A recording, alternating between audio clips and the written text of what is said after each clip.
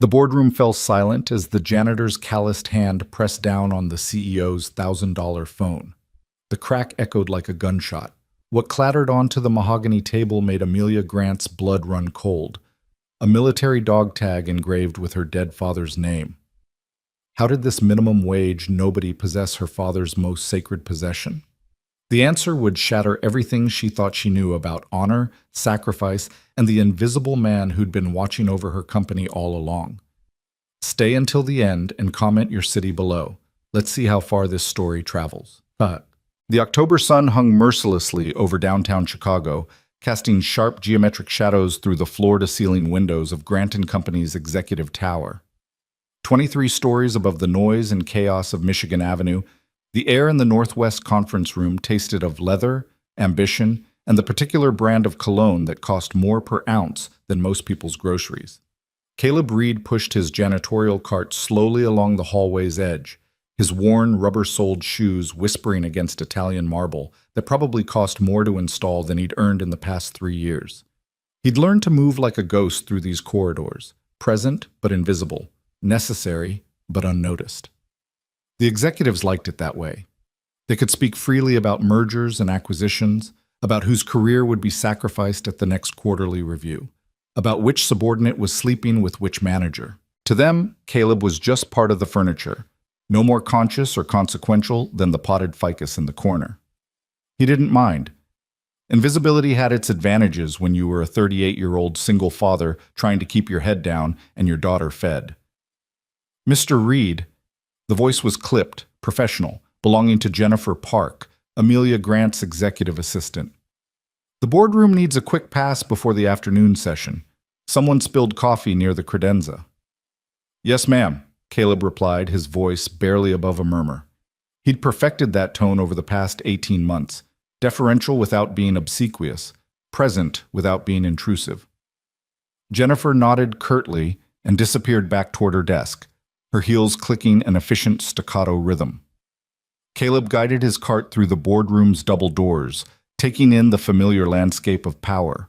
The mahogany table stretched nearly 20 feet, polished to a mirror shine. 12 leather executive chairs surrounded it like thrones.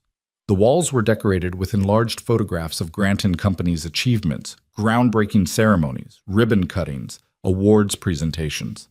In every photo, Amelia Grant stood front and center, her smile calculated to project confidence and control.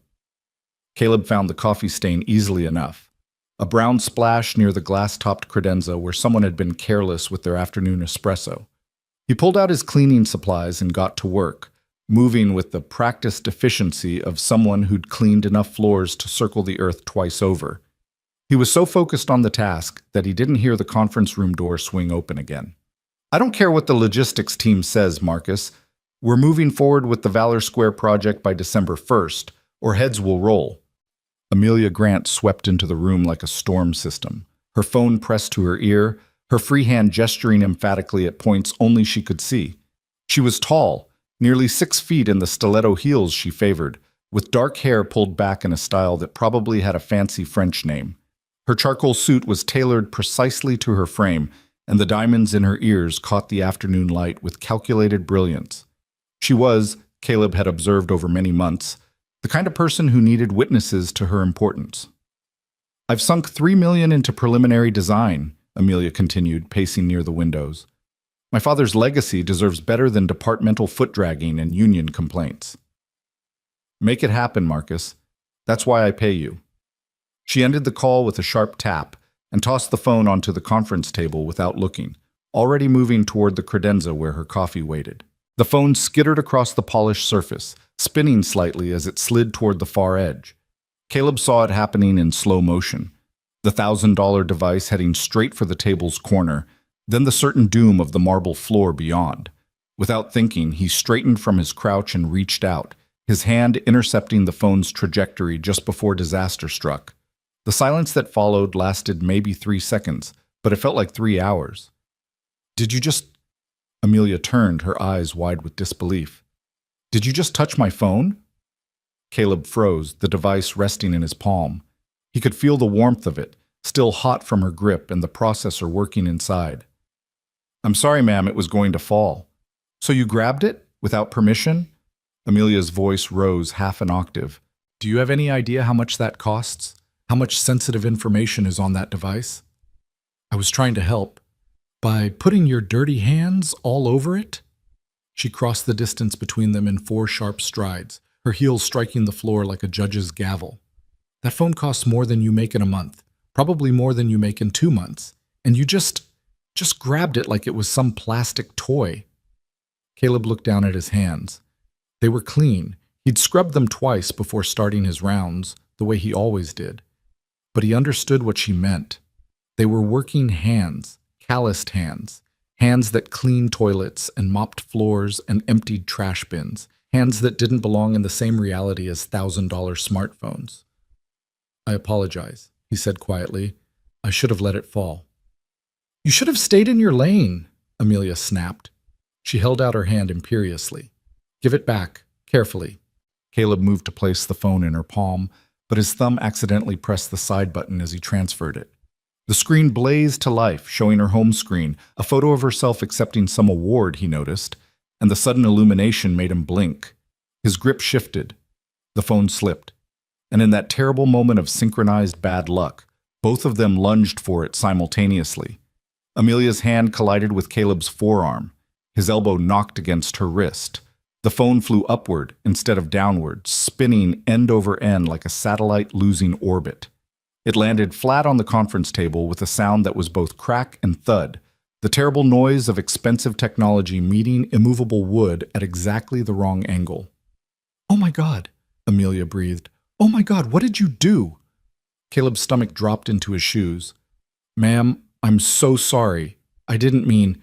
You absolute idiot! Amelia snatched the phone from the table, her face flushing crimson. Do you have any idea what you've just done? This has my entire life on it. My emails, my contacts, my... She stopped mid-sentence, her eyes widening as she stared at the device. The screen was intact, miraculously, impossibly intact. But something was wrong with the case. The impact had split the protective cover along one seam, and now the corner gaped open like a broken bone through skin, and something was sliding out of that gap, something small and metallic. It hit the table with a tiny clink and lay there spinning slowly, catching the afternoon light. Caleb recognized it instantly. His entire body went rigid, every muscle locking down as if someone had jabbed him with a high-voltage wire. Amelia stared at the object, her mouth opening and closing silently. Then she reached out with trembling fingers and picked it up. It was a dog tag. Military issue. Stainless steel, worn smooth at the edges from years of being carried close to someone's skin. The stamped letters were still clearly legible. Grant, O&M 571 42 8891, OPOS Methodist. Beneath that, in smaller letters, CPT U.S. Army. Where did you get this? Amelia's voice was barely audible, each word emerging like she was pulling them from some deep, dark well. How do you have my father's dog tag?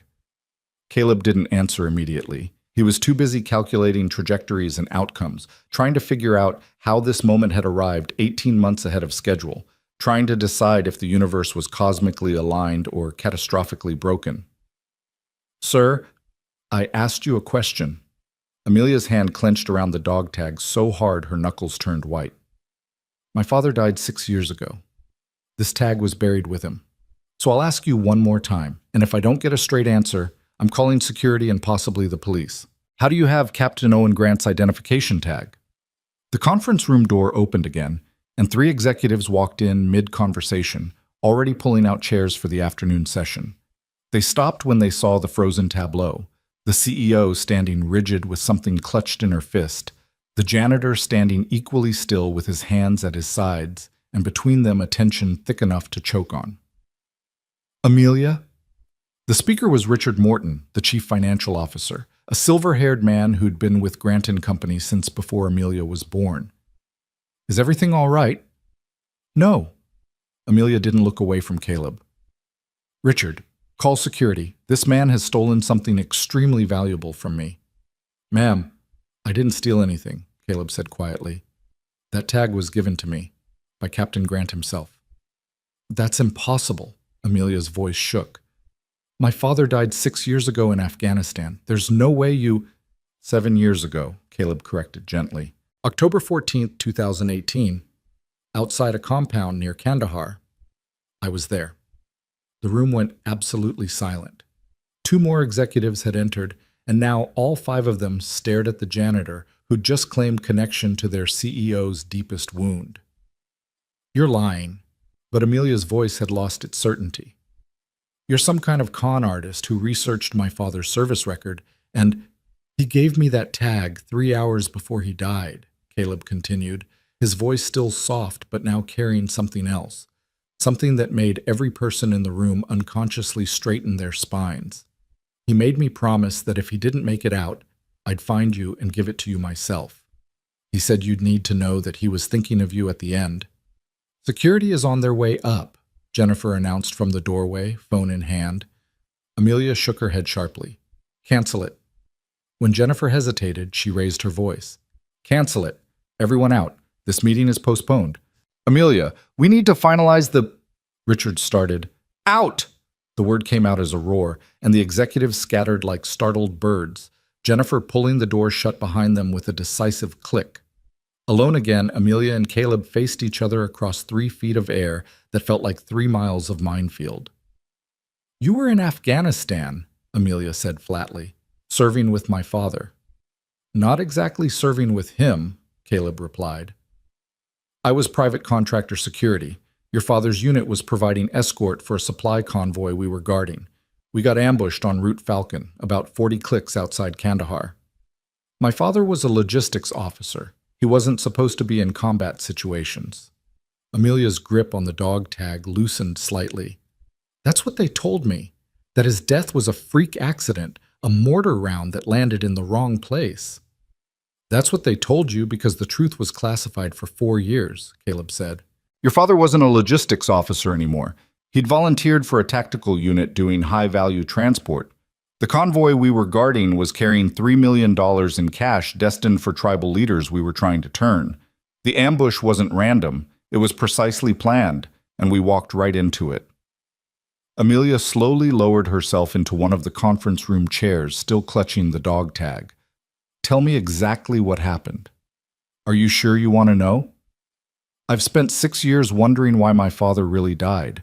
Whatever you tell me can't be worse than the scenarios I've imagined. She looked up at him with red-rimmed eyes. Please, I need to know. Caleb glanced toward the windows, toward the city spreading out in every direction, and for a moment he wasn't in a glass tower in Chicago anymore. He was back in the dust and heat and terrible clarity of a moment when everything went wrong. The convoy was 7 vehicles, he began.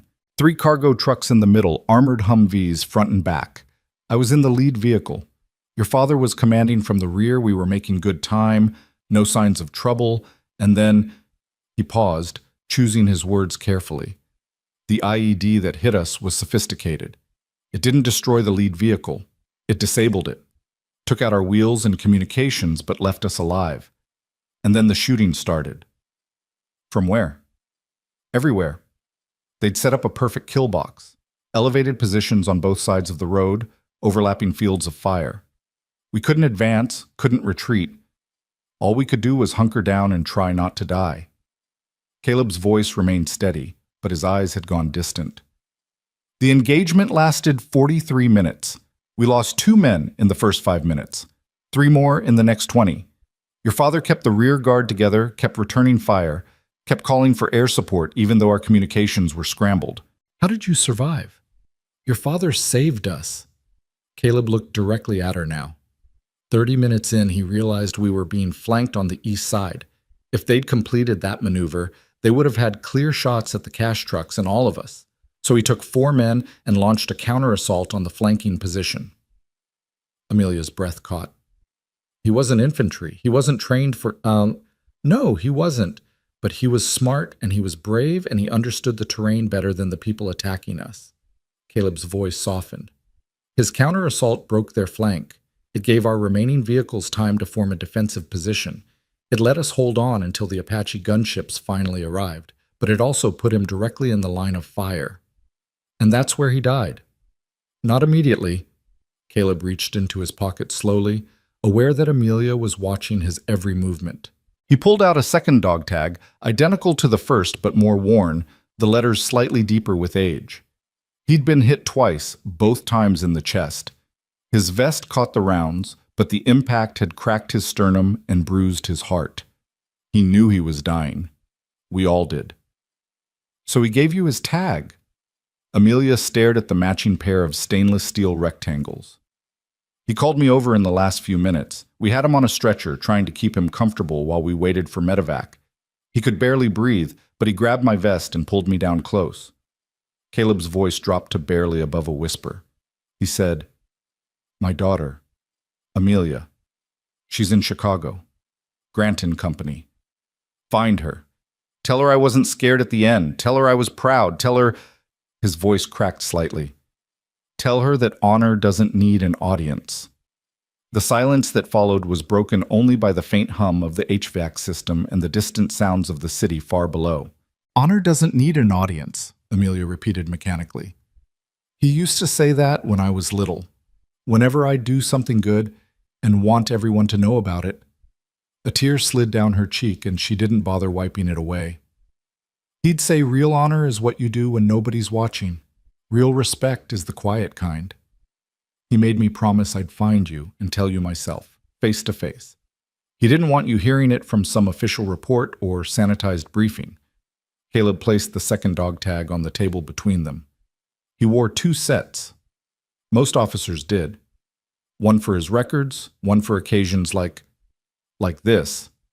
He gave me the primary set and made me promise I'd return it to you personally. That was 7 years ago. Amelia's voice hardened slightly. "Why am I only seeing this now? Why have you been working here for over a year, cleaning these floors, emptying my trash cans, and you never said a word?" "Because I promised him I'd give it to you when you were ready to hear it." "Ready? How could you possibly know when I'd be ready?" Caleb met her eyes steadily. "Because he told me you'd need time.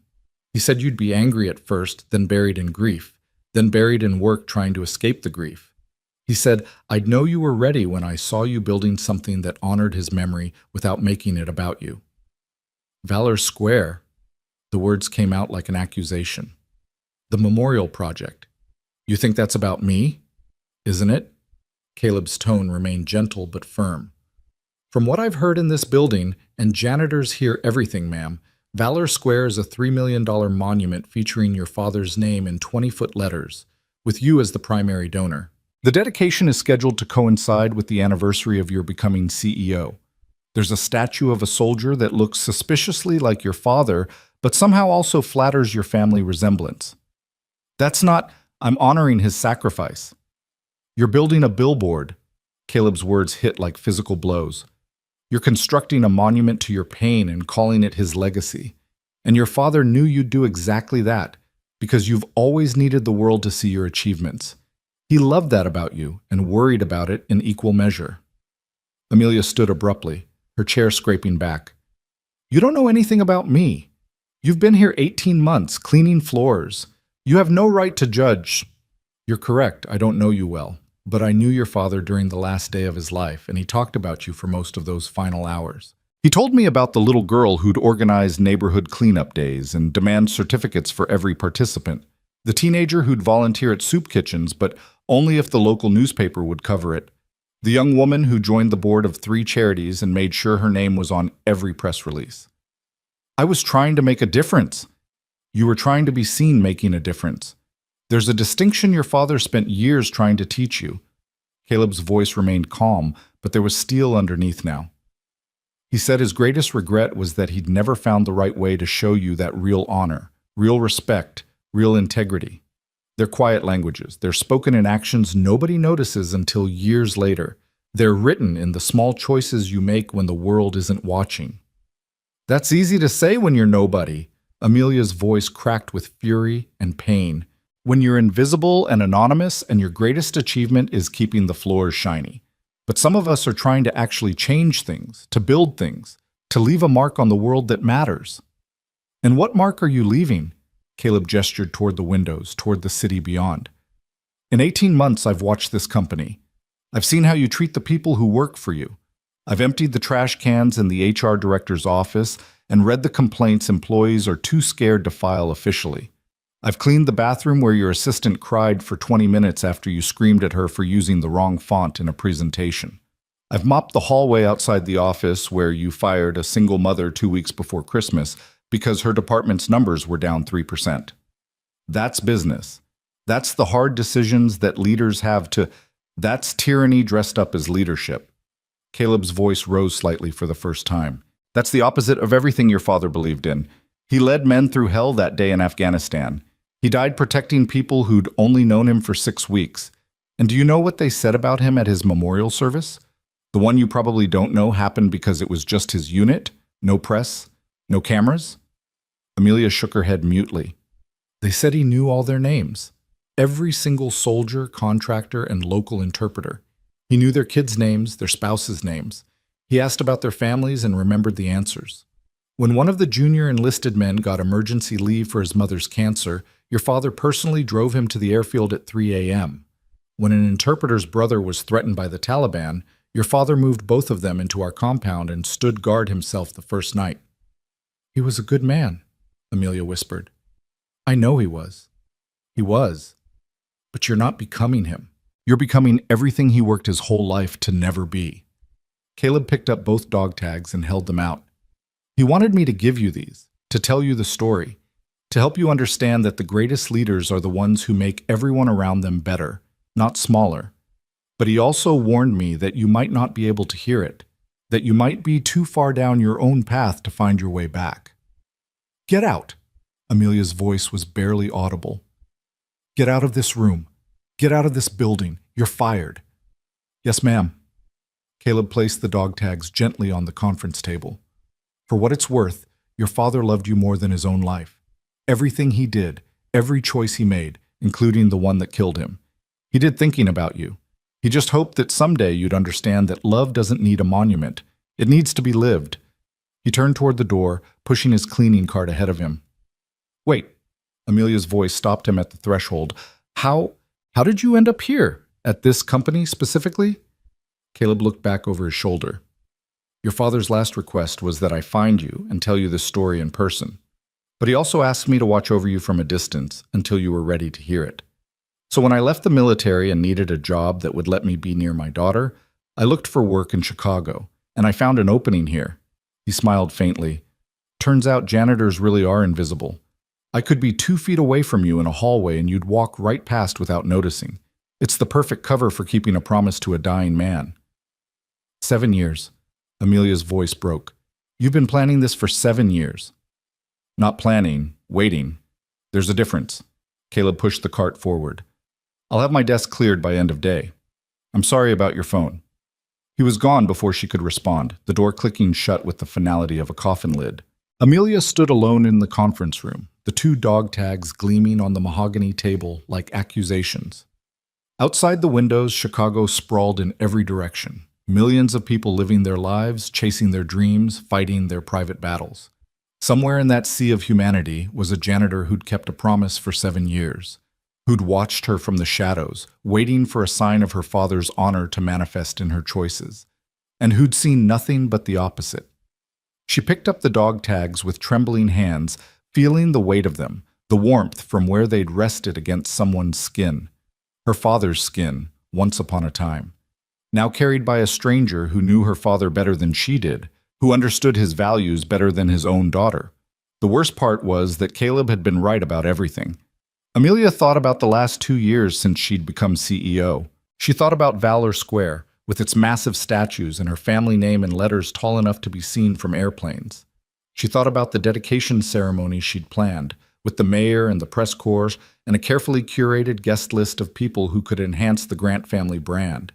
She thought about her father's actual values, the quiet kind of honor, the invisible acts of service, the way he died protecting people whose names would never make the news. And she thought about the single father janitor who'd kept a 7-year promise, who'd watched her become someone her father would barely recognize, who'd finally delivered his message even knowing it would cost him his job. Her phone, the expensive, cracked device that had started this entire catastrophe, buzzed with a text from Jennifer. Security is asking if there was an incident. What should I tell them? Amelia stared at the message for a long moment. Then she typed back, "Tell them everything's fine, and cancel the rest of my afternoon. I need to think." She walked to the windows and looked out at the city, at the patterns of light and shadow stretching to the horizon. Somewhere down there was a little girl named Lily, who had a father who kept his promises even when it cost him everything. Somewhere down there was a man who understood honor better than every executive in this building combined. And somewhere inside herself, buried under layers of ambition and image and carefully constructed success, was the daughter Owen Grant had raised, the one who'd once believed that doing good was its own reward. The question was whether that girl still existed, or if she'd been replaced entirely by the woman who'd just fired the only person brave enough to tell her the truth. Amelia closed her fingers around the dog tags and felt the sharp edges bite into her palm. The pain was clarifying, real, more honest than anything she'd felt in months. She picked up her phone, miraculously still functional despite the cracked case, and pulled up her contacts. Her thumb hovered over Marcus Chen's name, the project manager for Valor Square. One phone call, and she could keep moving forward as planned, keep building her monument, keep telling herself it was about honor and legacy and respect for her father's memory. Or she could make a different kind of call, the kind that would probably cost her the image she'd spent years constructing, the kind that might make people question her judgment, the kind that her father might have made. Amelia took a deep breath and started dialing. Outside the conference room, in the hallways and offices of Grant & Company, people were already whispering. The janitor had done something to upset the CEO. The CEO had screamed loud enough to be heard through two closed doors. The janitor had been fired on the spot. By tomorrow, there would be a new janitor, someone more careful, someone who understood their place.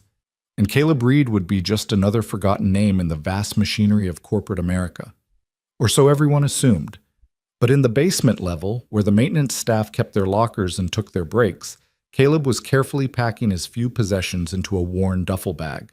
And on his phone, saved in a folder he'd never deleted, were copies of every conversation he'd overheard in the past 18 months.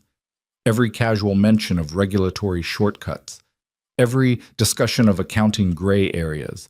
Every moment when the leaders of Grant & Company had said things they'd assumed no one important was listening to. He'd hoped never to need those files. He'd hoped Amelia would remember her father's lessons on her own. He'd hoped the 7-year promise would end with understanding and growth. But Caleb had learned in Afghanistan that hope was a luxury, not a strategy. So he'd kept backup plans. Because honor might be a quiet language, but justice, when necessary, could speak volumes. The apartment Caleb returned to that evening sat on the 3rd floor of a walk-up in Pilsen, where the rent was almost affordable, and the neighbors spoke 3 different languages depending on which door you knocked on. The stairs creaked under his weight as he climbed, the duffel bag heavy on his shoulder, not from its contents, which were minimal, but from the weight of everything it represented. He could hear Lily before he even reached the door.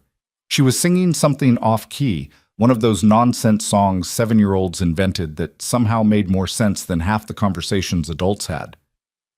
The sound loosened something in his chest that had been tight since the moment Amelia Grant's phone had cracked open on that conference table. "Daddy!" Lily flung the door open before he could get his key out, her gap-toothed smile bright enough to power the entire building. Her dark hair was escaping from the ponytail, Mrs. Chen from downstairs had probably put in that morning, and there was what looked like marker on her left cheek.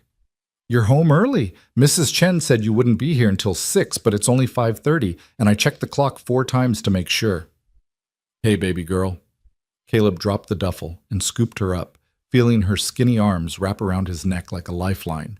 She smelled like the strawberry shampoo he bought in bulk from the dollar store and something else. Paint, maybe, or glue. "What are you working on?" "A project for school. We're supposed to draw our heroes."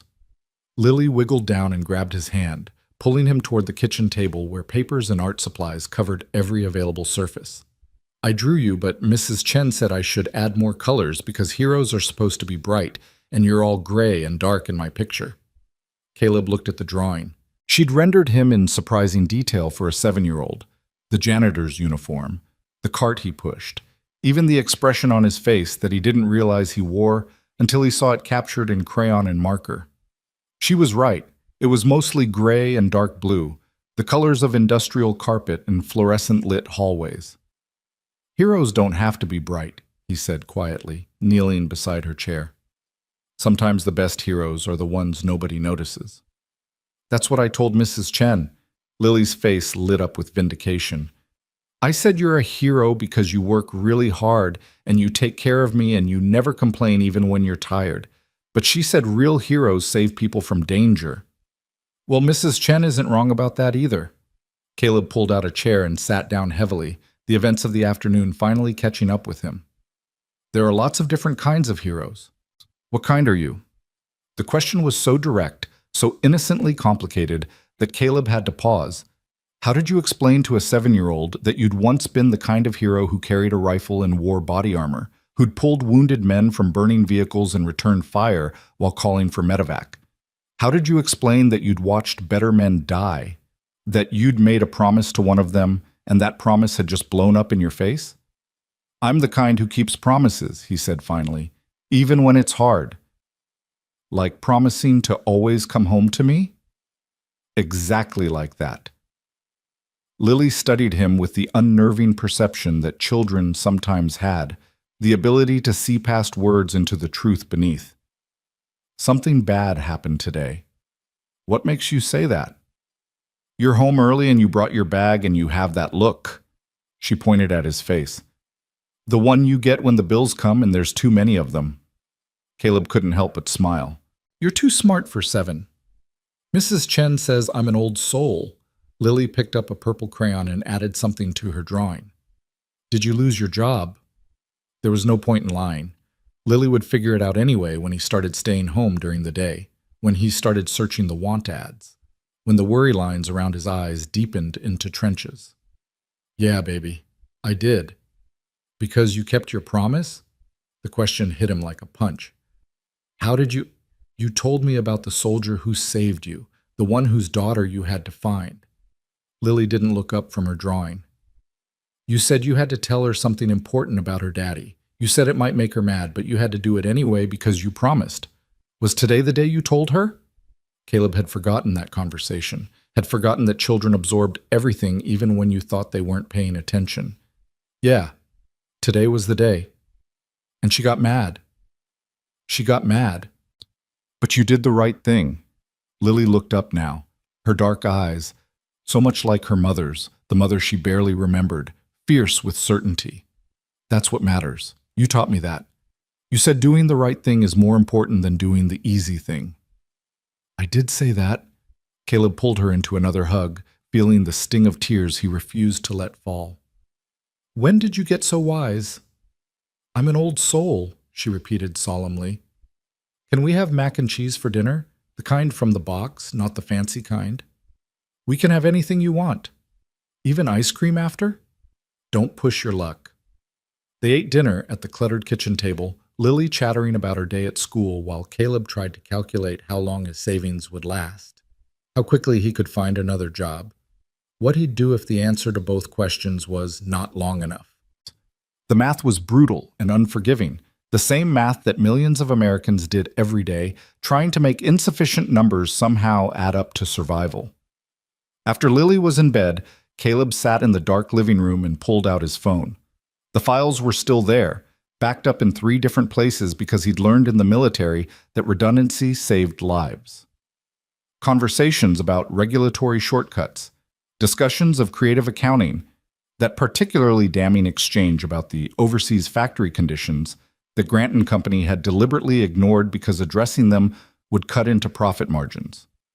He'd gathered it all without meaning to, simply by being invisible while the powerful spoke freely, and now he had a choice to make. He could delete it all and walk away. Find another job, keep his head down, raise his daughter in anonymity. It was the safe choice, the smart choice, the choice that wouldn't paint a target on his back. Or he could use what he knew. Not for revenge. He'd learned in Afghanistan that revenge was a poison that killed the drinker first, but for accountability. To force Grant and Company to live up to the values they claimed to embody. To honor Owen Grant's memory in a way his daughter apparently couldn't. The phone buzzed in his hand, startling him. A text from an unknown number. This is Amelia Grant. I need to speak with you. Tomorrow morning, 8 a.m., the coffee shop on Jackson and State, please. Caleb stared at the message for a long time. The please was what got him. He'd never heard Amelia Grant say that word in 18 months of working at her company. Then again, he'd never seen her look the way she had in those final moments in the conference room, the carefully constructed armor cracking to reveal something raw and wounded underneath. He typed back, "I'll be there." The response came almost immediately. "Thank you?" Two words that carried the weight of worlds. Caleb set the phone down and looked around his apartment, at the secondhand furniture and the peeling paint, at Lily's backpack by the door and the pile of bills on the counter, at all the evidence of a life built on the margins of someone else's prosperity. He'd chosen this life deliberately, had walked away from opportunities that would have paid better but cost more in other ways.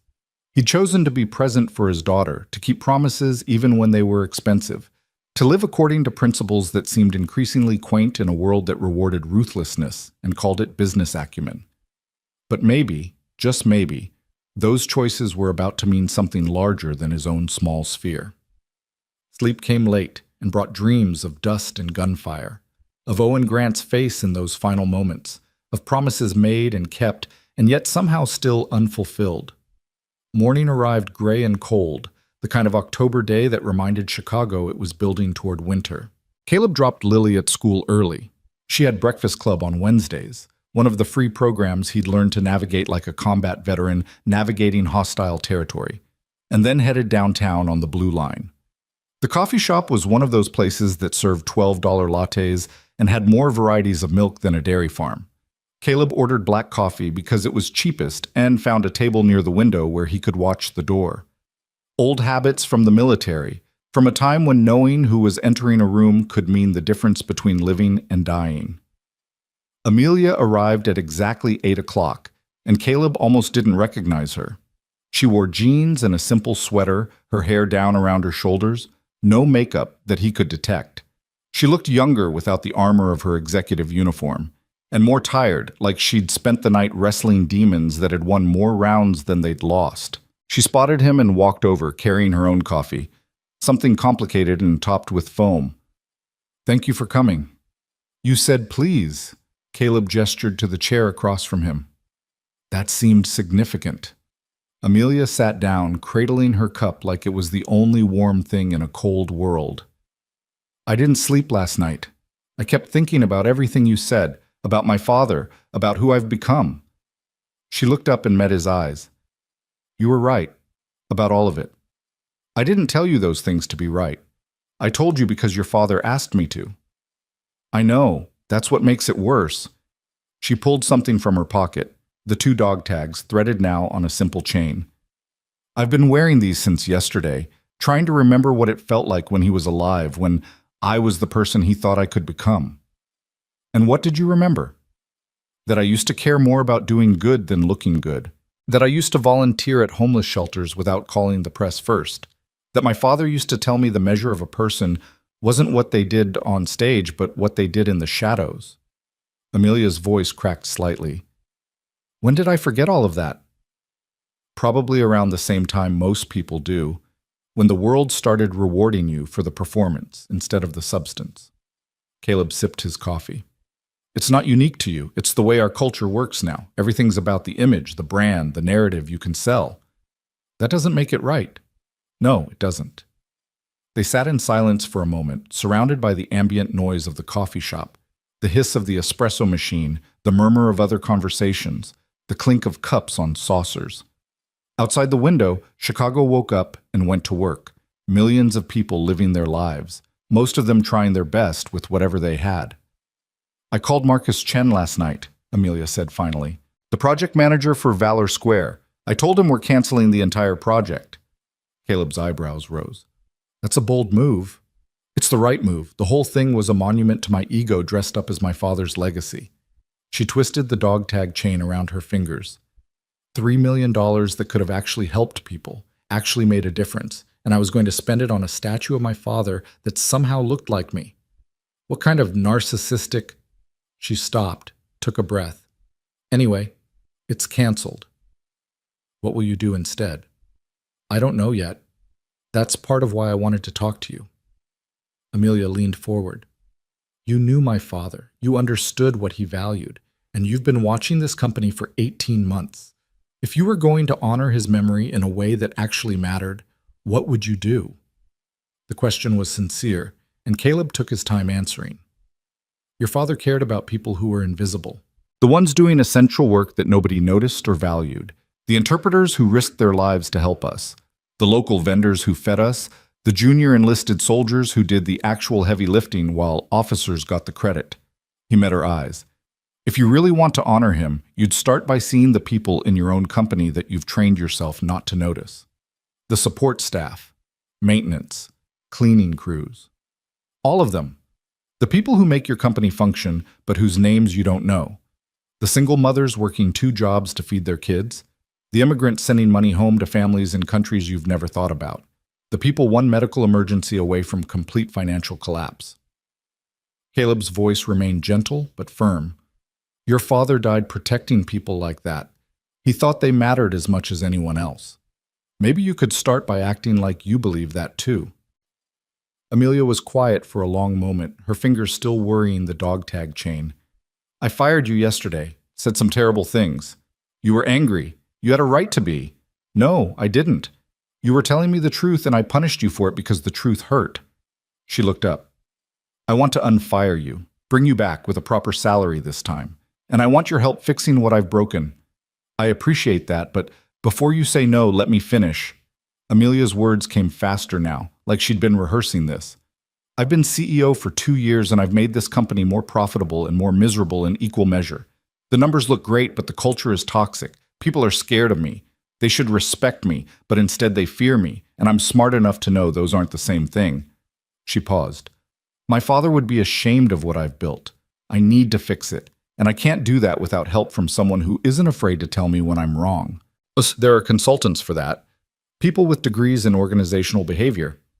I don't need consultants who'll tell me what I want to hear in expensive jargon. I need someone who knew my father, who understands what real leadership looks like, and who's proven he'll tell me the truth even when it costs him. Amelia's voice turned urgent. Please, let me try to make this right. Caleb thought about Lily, about the bills on his counter, about the math that never quite added up. He thought about his promise to Owen Grant, about whether that promise extended beyond delivering a message to actually helping the daughter become who her father believed she could be. He thought about the files on his phone and whether exposing Grant & Company's problems from the outside would achieve anything beyond temporary satisfaction. What exactly are you offering? He asked. Director of Facility Operations, real salary, benefits, office on the executive floor. Your job would be to tell me the truth about how this company actually functions from the ground up, and to help me implement changes that would make it somewhere my father would actually be proud to have his name attached to. I'm not qualified for that. I'm a janitor with a high school diploma and military experience. You're someone who kept a 7-year promise. You're someone who spent 18 months watching this company and understanding it better than people who've worked here for decades. You're someone my father trusted with his final message. Amelia's eyes were bright with unshed tears. That's qualified enough for me. What about the rest of your executive team? They're not going to accept some janitor suddenly sitting in on board meetings. Then they can resign. The steel in her voice reminded him suddenly of Owen Grant under fire, making impossible decisions with absolute certainty. This is my company. My father built it from nothing and left it to me. If I want to promote someone who actually understands its values, that's my prerogative. People will think you've lost your mind. Good. I've been too concerned with what people think for too long. She reached across the table and gripped his hand. Please, Caleb, let me try to do better. Let me try to be someone my father would recognize. Caleb looked at their joined hands, hers soft and manicured, his calloused and scarred, and thought about all the different ways this could go wrong. He thought about Lily asking him what kind of hero he was. He thought about Owen Grant's blood soaking into Afghan dirt while he made Caleb promise to watch over his daughter. I have conditions, he said. Relief flooded Amelia's face. Name them. First, I keep my same schedule. I still need to drop my daughter at school and be there when she gets home. Whatever hours I work have to accommodate that. Done. Second, I want full transparency. Access to all departments, all meetings, all records. If I'm going to help you understand what's really happening in your company, I need to see everything. Agreed. Third, when I tell you something you don't want to hear, you don't fire me. You might disagree with me, you might argue, but you don't punish honesty. That's non-negotiable. I understand. And fourth, Caleb pulled his hand back and looked her straight in the eye. The first priority isn't profit or image or even your father's legacy. It's the people at the bottom of your org chart, the ones making minimum wage and scared to take sick days. We fix their reality first, and everything else follows from that. If you can't commit to that, then this conversation ends here. Amelia didn't hesitate. That's exactly what I want to do. I just don't know how. That's what I'm for.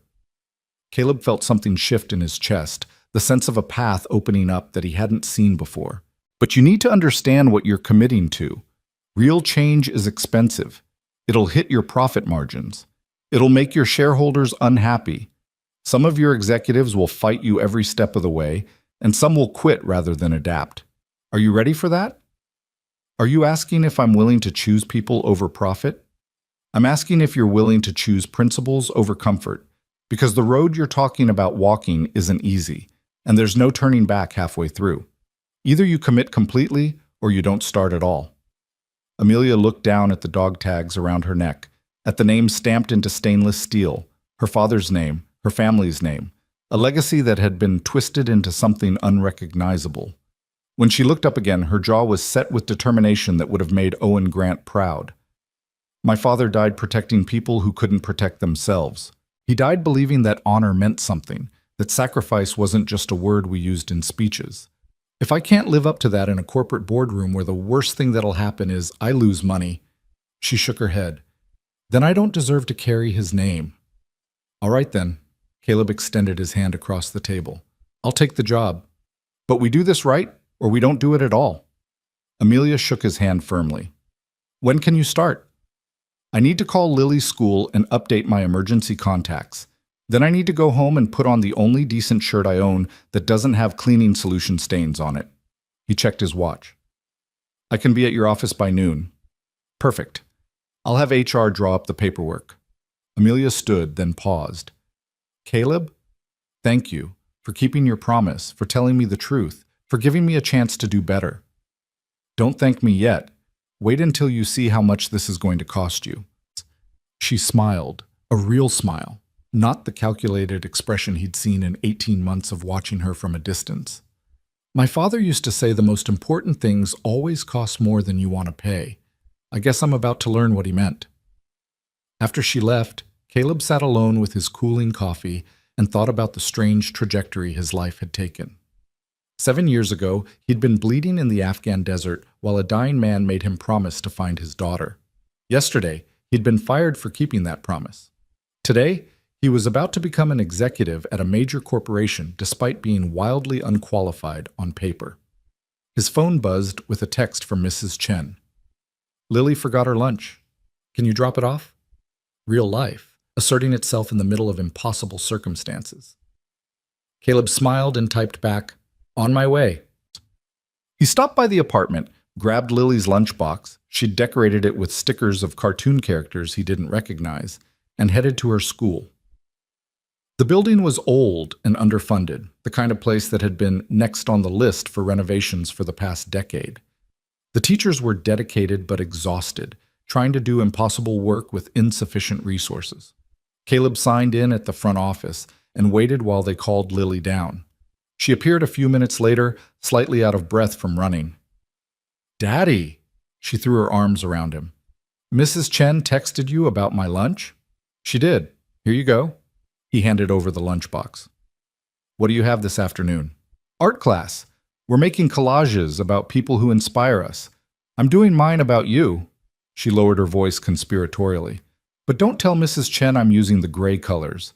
She still thinks heroes have to be bright. Your secret's safe with me. Caleb knelt down to her level. Hey, I have some news. Remember how I lost my job yesterday? Lily's face fell. Yeah.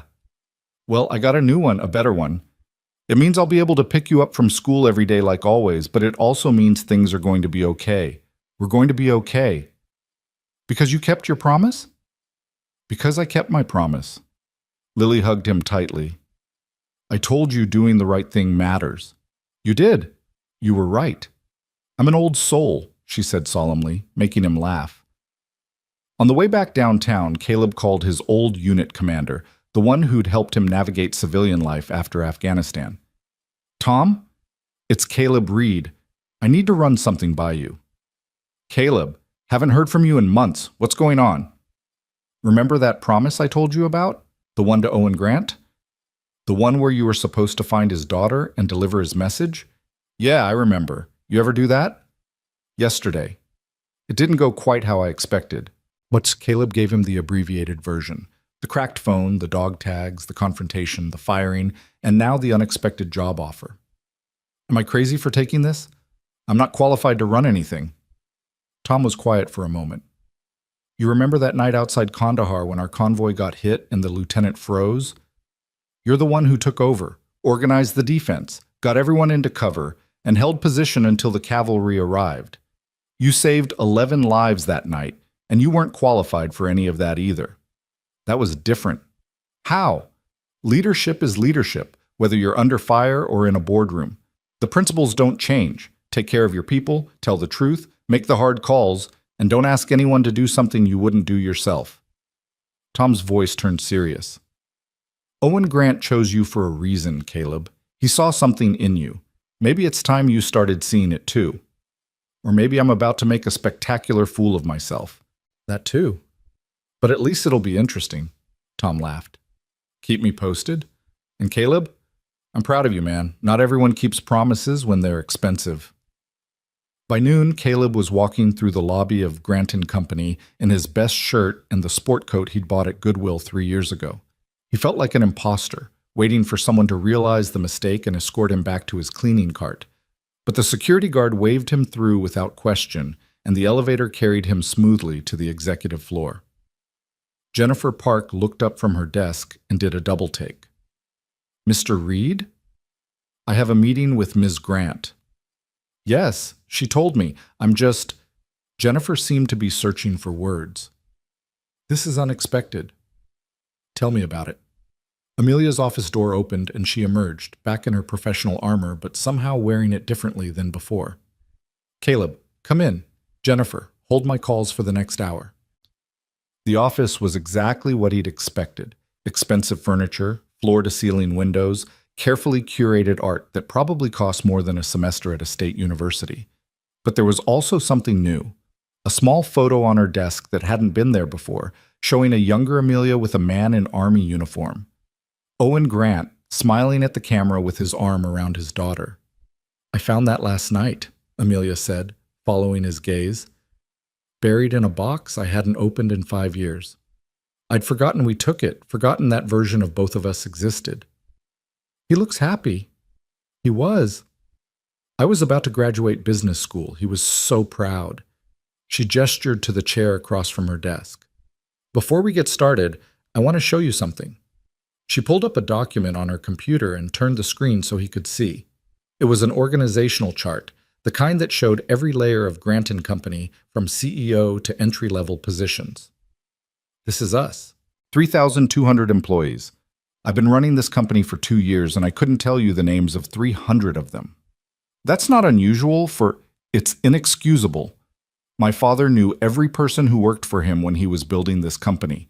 Every single one. She pointed to the bottom tier of the chart. This is where we start. I want to know who these people are, what they need, what we're doing wrong, and I want you to show me.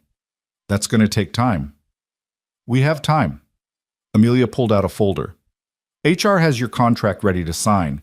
Director of Facility Operations, starting salary of $110,000, full benefits, company car if you want it. And before you argue that it's too much, it's actually below market for the position. I'm not doing you a favor. I'm paying you what the job is worth. Caleb looked at the number and felt dizzy. It was more money than he'd made in any 3 years combined. It was stability, security, the ability to give Lily things he'd only dreamed about before.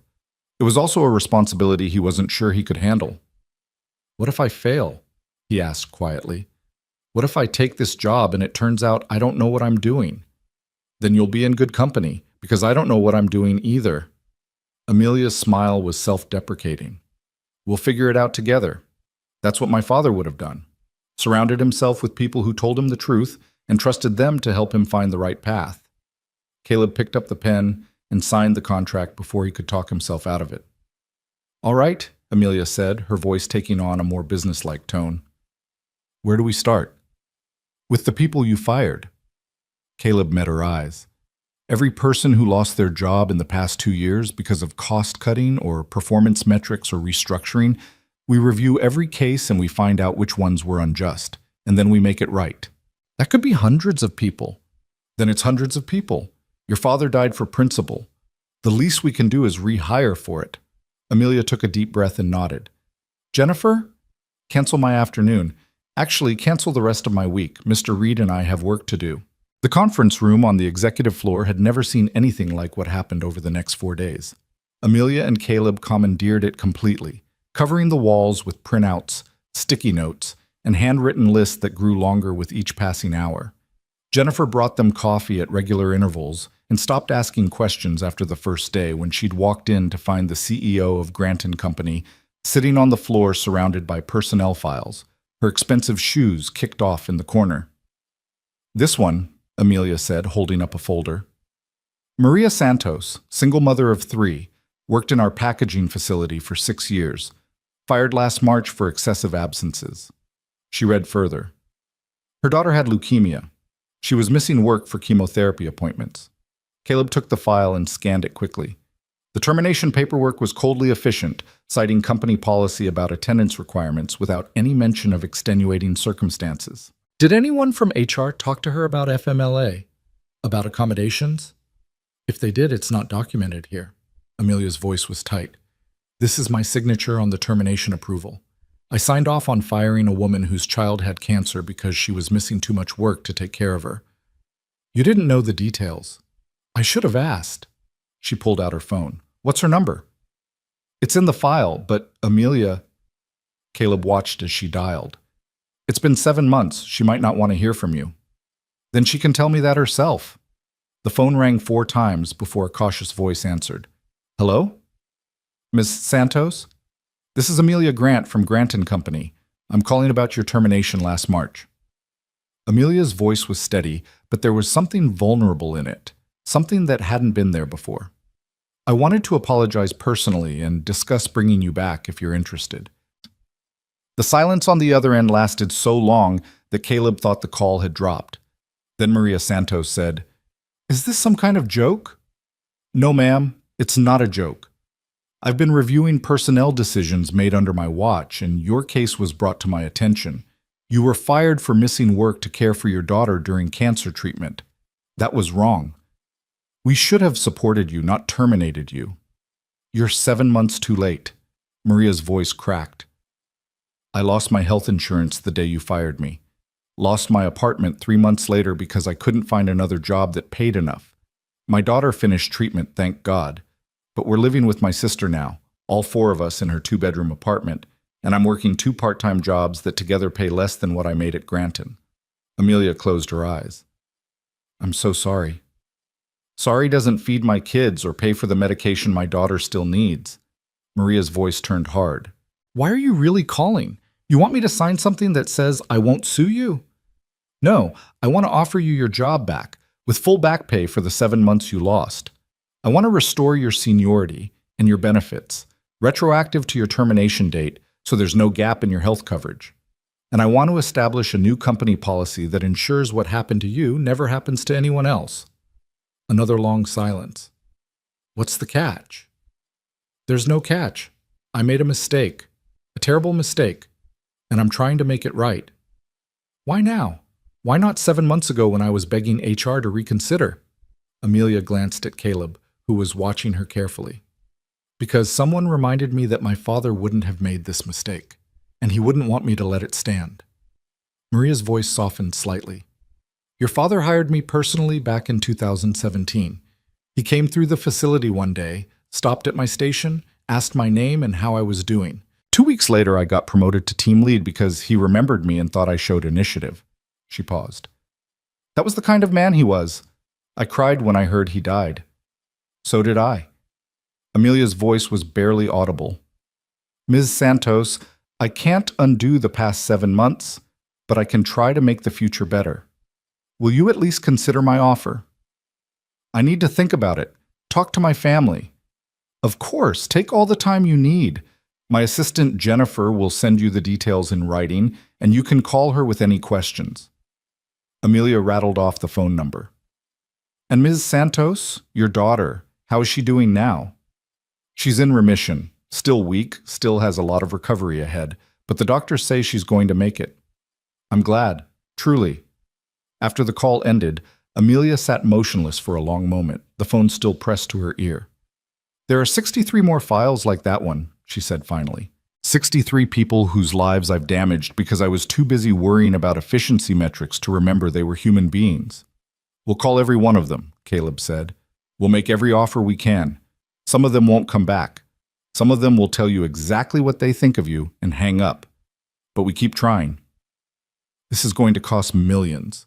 The board is going to lose their minds. Then let them. You're the CEO. You're Owen Grant's daughter. You get to decide what this company stands for. Amelia looked at him with something like wonder. How do you do that? Stay calm when everything's falling apart? Practice. I spent a lot of time in places where falling apart meant people died. Caleb pulled another file from the stack. Besides, this isn't falling apart. This is building something that should have been built from the beginning. It just takes longer when you're also dismantling the mess first. They worked until well past midnight that first night, calling former employees, leaving messages, sending emails. Some people hung up immediately. Some listened but declined the offers. But a few, like Maria Santos, who called back 2 hours later to say she'd accept, said yes. Each acceptance felt like a small victory, like reclaiming territory that had been lost. The next morning, word had spread through the building.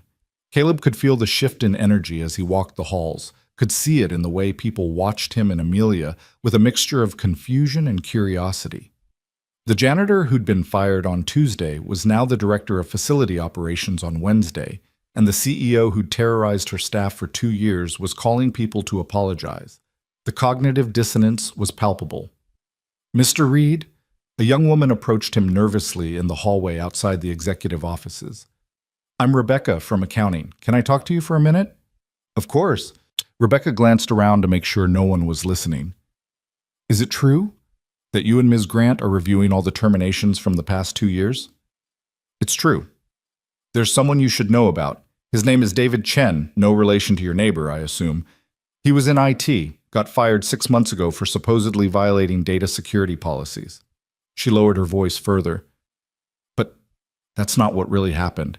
He found evidence that one of the senior VPs was using company resources for his personal consulting business. When David reported it through proper channels, the VP got him fired instead, made up the security violation and had enough influence to make it stick. Caleb felt his jaw tighten. Do you have proof of this? I have emails. David sent them to me before they deleted his access, asked me to keep them safe in case he needed them for a lawsuit. He never filed, though, couldn't afford a lawyer. Rebecca pulled out her phone. I can forward them to you if you want. I probably should have done something sooner, but I was scared of losing my own job. I understand, and yes, please send them. Do you know how to reach David? I have his number. He's working at a computer repair shop now, making about a third of what he made here. She hesitated. Mr. Reed, what you and Ms. Grant are doing, it's giving people hope. We've been scared for so long, scared to speak up, scared to make mistakes, scared to be human. Maybe things are actually going to change. We're going to try, but we need people like you to help us, people who know where the problems are. Caleb pulled out one of his new business cards. Jennifer had insisted on ordering them immediately and handed it to Rebecca. If you see something wrong, something that goes against what you think this company should be, I want you to tell me. No retaliation, no consequences, just honest feedback. Rebecca took the card like it was something precious. My mom worked here back when your dad ran the company, she said to Amelia, who'd emerged from her office. She always said it was the best job she ever had, that Mr. Grant treated everyone with respect, from executives to janitors. She was heartbroken when he died, and even more heartbroken watching what the company became after. She looked directly at Amelia. She'd be really happy to know you're trying to bring that back. After Rebecca left, Amelia stood in the hallway staring at nothing. How many more are there? How many more Davids and Marias and people who got crushed because I was too arrogant to pay attention? Probably a lot, Caleb said honestly, but we're going to find them.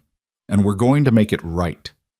By Thursday afternoon, they'd contacted 47 former employees and received acceptances from 19.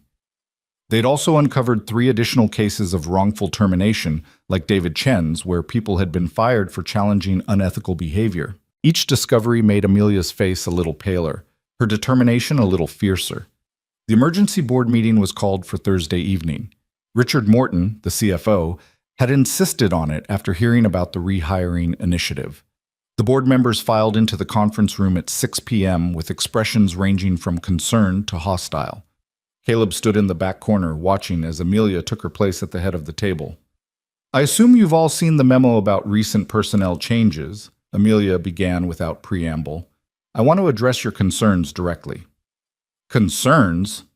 Marcus Blackwell, one of the largest shareholders, leaned forward aggressively. Amelia, you've gone insane. You're talking about spending millions to rehire people we fired for cause. You've promoted a janitor to an executive position. You've canceled Valor Square, which was supposed to be a major PR win for us. What the hell is going on? I'm fixing mistakes that should never have been made. Mistakes? Blackwell's face reddened. Those terminations were strategic decisions approved by HR and legal. We cut underperforming staff to improve efficiency. That's basic business. We fired a woman whose daughter had cancer, Amelia said flatly. We fired a man who reported ethics violations. We fired dozens of people who made the crime of being human, of having sick children or medical emergencies or the audacity to question practices they knew were wrong. That's not business. That's cruelty. It's the real world, said Patricia Vance, who chaired the compensation committee. Companies can't function if they accommodate every employee's personal drama. We have shareholders to answer to, profits to maintain. My father built this company on the principle that profit and people aren't mutually exclusive, Amelia replied. He proved you could be successful while treating employees with dignity. We've strayed from that, and I'm bringing us back. Richard Morton spoke up, his tone more measured than the others. Amelia, I understand you're having an emotional response to your father's legacy, but you need to think practically. The market won't reward us for being compassionate. They'll punish us for reduced margins. Then let them punish us. I'd rather run a company worth respecting than one that's merely profitable. Amelia stood, placing her palms flat on the table. My father died protecting people he barely knew because he believed every life had equal value. I've spent 2 years running this company like people were disposable resources. That ends now. You can't make these decisions unilaterally, Blackwell said. We have a fiduciary responsibility, and I have a moral one. Amelia's voice cut through his objection. This is still the company my father built, still carries his name. I won't let it be a monument to everything he opposed. If you can't support that, you're welcome to sell your shares. The room erupted in argument. 3 board members talking over each other, demanding explanations, threatening votes of no confidence. Through it all, Amelia stood firm, and Caleb watched from his corner with growing respect. This was who Owen Grant had hoped his daughter would become, someone willing to take fire for her principles. Enough. The single word from Richard Morton silenced the room. He was the oldest member of the board, had known Owen Grant personally, carried enough respect that even Blackwell deferred to him. I worked with Owen for 23 years, built this company alongside him from a warehouse operation to what we are now. And I'll tell you something about the man. He would have done exactly what Amelia is doing. Richard, you can't seriously, Patricia began. I can, and I am. Richard looked at each board member in turn. Owen used to say that the true measure of a company wasn't its market cap, but whether its employees could look their children in the eye and be proud of where they worked. We've lost that. Amelia's trying to get it back. It might cost us in the short term, but companies built on exploitation always collapse eventually. Better to reform ourselves now than implode later. This is corporate suicide, Buka, Blackwell muttered. No, Caleb said quietly from his corner, speaking for the first time. Everyone turned to look at him.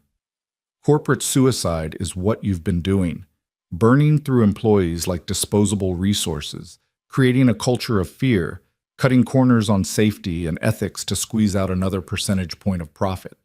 You think that's sustainable? You think talented people want to work for companies that treat them like garbage? And you are? Blackwell's tone dripped contempt. Someone who was in Afghanistan when Captain Owen Grant died protecting people he didn't have to protect. Someone who watched him make the choice between personal safety and doing what was right, and who saw him choose right without hesitation. Caleb moved away from the wall. He asked me to watch over his daughter, to help her understand what really mattered. That's what I'm doing. If you have a problem with that, we can discuss it, but don't mistake compassion for weakness or ethics for naivety. The room went quiet. Blackwell stared at Caleb like he was trying to decide whether to be angry or intimidated, then apparently chose neither and looked away. I'm calling for a vote, Patricia said finally. All in favor of halting this rehiring initiative and the associated policy changes? 3 hands went up. Blackwell, Patricia, and one other board member, Caleb, didn't know. Opposed? 4 hands, including Richard's. The motion fails, Richard said with satisfaction. Amelia, you have the board's support. Narrow support, but support nonetheless. Just try not to bankrupt us in the process of finding your conscience. Thank you, Amelia said quietly. I know this isn't easy for any of you, but I promise you'll see results. Real, measurable improvement in employee satisfaction, retention, and productivity. Give me 6 months to prove it works. After the board members filed out, Amelia collapsed into her chair like someone had cut her strings. I thought I was going to throw up the entire time. You did well, Caleb said. Your father would have been proud. Would he? I spent 2 years doing everything he'd hate. 2 years. She looked up at him. How do I make up for that? One day at a time, one decision at a time, one person at a time. Caleb pulled out his phone. Speaking of which, I got a text from David Chen. He wants to meet tomorrow to discuss coming back. And Maria Santos called again. She wants to know if we can help relocate her family into better housing as part of the benefits package. Can we do that? We can if you authorize it. Company-assisted housing program for employees facing hardship. It's not unprecedented. Amelia nodded slowly. Do it. Whatever they need. And Caleb, thank you for speaking up in there. I know it wasn't your job to defend this to the board. Actually, it is my job. That's what you hired me for, to help you do the right thing even when it's hard. He checked his watch. I need to go pick up Lily from aftercare. Will you be okay? Go. Be with your daughter. I'll handle things here. Caleb found Lily in the school's art room, covered in paint and grinning. Daddy, look what I made. She held up a collage that took his breath away. In the center was a photograph she'd cut from somewhere, the iconic raising of the flag at Iwo Jima, but she'd pasted images around it of ordinary people doing ordinary work. A doctor, a teacher, a firefighter, a janitor with a cart. And across the top in her careful 7-year-old handwriting, heroes are everywhere. It's beautiful, he said honestly. What made you think of this? You did. You said heroes don't have to be bright and loud. They can be quiet. So I made a picture showing all the quiet heroes. She pointed to the janitor figure. That's you. And this is a soldier because you told me about the man who saved your life. And these are all the other people who help without everyone watching. Caleb knelt down and pulled her into a hug. I love it. And I love you. I love you too, Daddy. Did your new job go good today? It went very good. Hard, but good. That's what the best things are, Lily said with the wisdom of an old soul. Mrs. Chen says anything worth doing is worth doing even when it's hard. Mrs. Chen is very smart. On Friday morning, Caleb arrived at the office to find a small crowd gathered in the lobby. Former employees holding letters or printed emails, looking nervous and hopeful in equal measure. Maria Santos was there with her 3 children, the youngest clinging to her leg. David Chen stood near the back, talking quietly with a woman Caleb didn't recognize. Amelia emerged from the elevator and stopped when she saw them. For a moment, she looked terrified. Then she straightened her shoulders and walked forward. Thank you all for coming, she said, her voice carrying across the lobby. For those of you who don't know me personally, I'm Amelia Grant. My father founded this company, and I've been CEO for the past 2 years. During that time, I made decisions that hurt many of you. Decisions I deeply regret. The lobby was silent except for the ambient noise of the building's HVAC system. I can't undo what happened. I can't give you back the months of stress and uncertainty and hardship my choices caused. But I can tell you that things are changing. We're changing. And if you're willing to give us another chance, I promise you'll be treated with the respect and dignity you should have received from the beginning. A man near the front raised his hand tentatively. My name is James. You fired me 14 months ago for missing work after my son was born. Your HR policy didn't cover paternity leave, and when I took time anyway, I was terminated. I know, Amelia said. I read your file. We're implementing new family leave policies effective immediately. 6 weeks paid for any parent, regardless of gender, plus flexible scheduling for the first year of a child's life. It won't help you retroactively, but if you come back, you'll have those protections going forward. Why should we believe you? A woman called out. How do we know this isn't just PR, that you won't fire us again the next time profits dip? You don't know, Amelia admitted. I've broken your trust and I have to earn it back.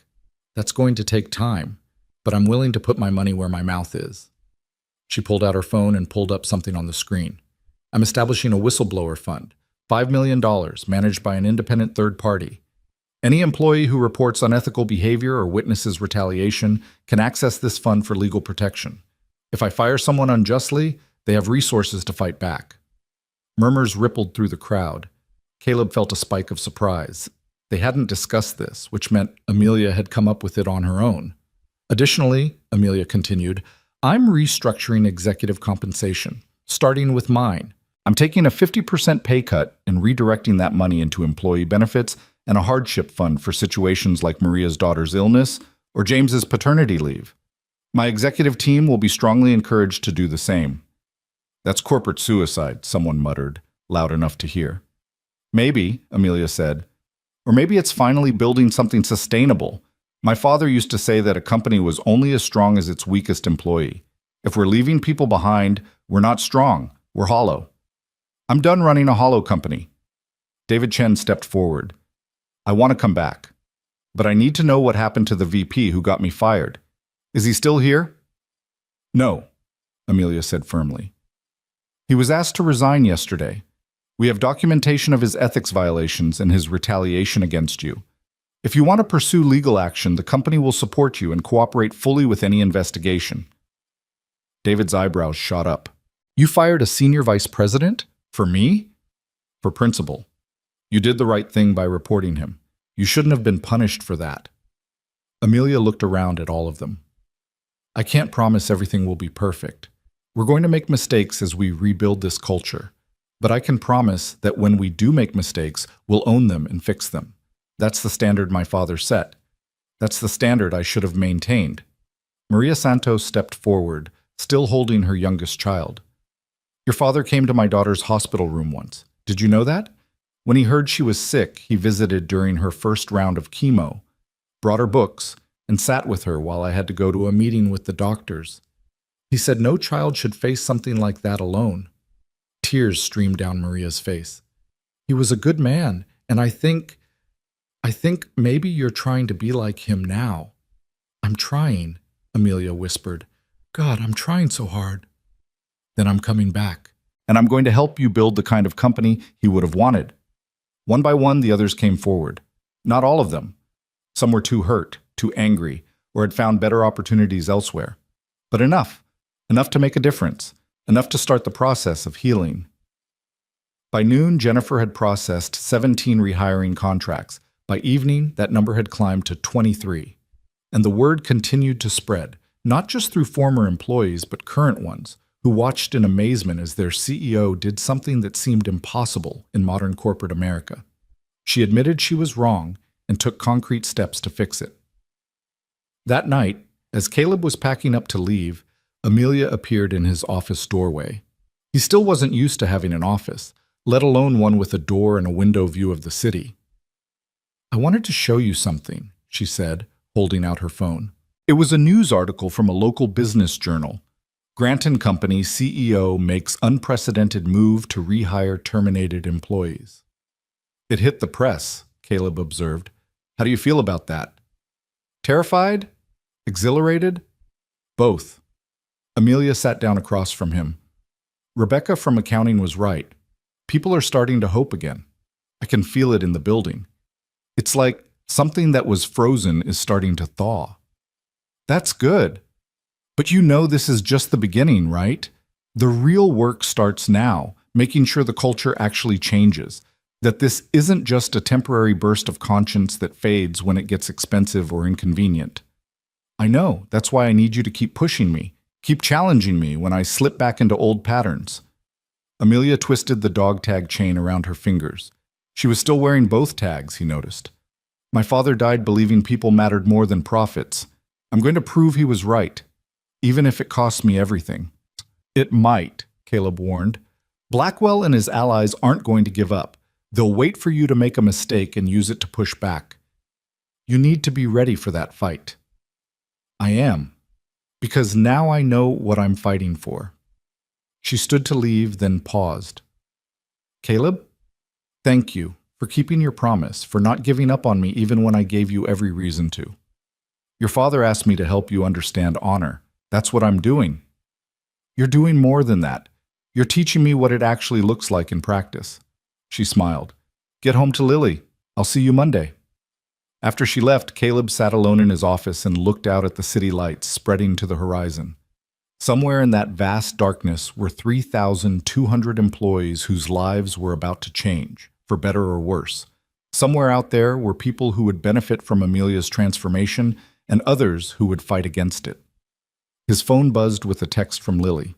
Mrs. Chen made dumplings. She saved you some. Are you coming home soon? He typed back. On my way now. On the train ride home, Caleb thought about Owen Grant bleeding out in Afghan dust, about promises made and kept, about the strange and winding path that had led from that moment to this one. He thought about his daughter's collage with its celebration of quiet heroes, about the difference between honor that needed applause and honor that simply was. And he thought about Amelia Grant, standing in her lobby apologizing to people she'd wronged, looking more like her father than she probably realized. Maybe, Caleb thought, maybe this was what redemption looked like. Not a single dramatic gesture, but 1,000 small choices, each one slightly better than the last, building towards something that might actually matter. His phone buzzed again. Another text, this time from a number he didn't recognize. This is Richard Morton. I wanted you to know Owen would be grateful for what you're doing for his daughter. Thank you for keeping your word. Caleb stared at the message for a long moment, feeling the weight of 7 years finally begin to lift. He'd delivered the dog tags. He'd told the story. And now, against all odds, Amelia was actually listening. The promise wasn't finished, might never be truly finished, but it was on the right path. That would have to be enough. The weekend passed in a blur of normalcy that felt surreal after the intensity of the previous week. Caleb took Lily to the park on Saturday, where she insisted on showing him every leaf she found interesting and explaining in elaborate detail why each one was special. On Sunday, they did laundry at the laundromat down the street while she worked on homework, her tongue poking out in concentration as she practiced cursive letters that looked like small birds learning to fly. But even in these mundane moments, Caleb's mind kept drifting back to Grant & Company, to the files still waiting to be reviewed, to the cultural transformation that had barely begun. He thought about Owen Grant's last words, about honor being a quiet language, and wondered if he'd truly understood what that meant until now. Speaking that language wasn't a single conversation or dramatic gesture. It was showing up, day after day, doing the work even when nobody was watching. Monday morning arrived with the first real bite of November cold. Caleb dropped Lily at school and headed downtown, arriving at the office to find it transformed in subtle ways he was only beginning to notice. People made eye contact in the hallways now. The nervous energy that had pervaded every interaction seemed slightly less oppressive. In the break room, he heard actual laughter instead of the hushed, careful conversations that had been the norm. Jennifer was at her desk when he arrived, and she looked up with an expression somewhere between relief and anxiety. Mr. Reed, thank God. Ms. Grant has been in emergency meetings since 6 a.m. The board called another session, just Blackwell and his allies, but they're making noise about a vote of no confidence. Caleb felt his stomach tighten. Where is she now? Executive conference room. She asked me to send you in as soon as you arrived. Jennifer lowered her voice. They've been in there for 2 hours. I've never seen her look this rattled. Caleb headed down the hallway, his footsteps silent on carpet that he used to clean every Thursday. The conference room door was closed, but not locked. He knocked once and entered without waiting for permission.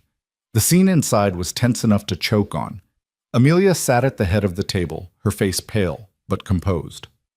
Across from her, Marcus Blackwell leaned back in his chair with the satisfied expression of a predator who'd cornered his prey. Patricia Vance and 2 other board members flanked him, their expressions varying shades of hostile.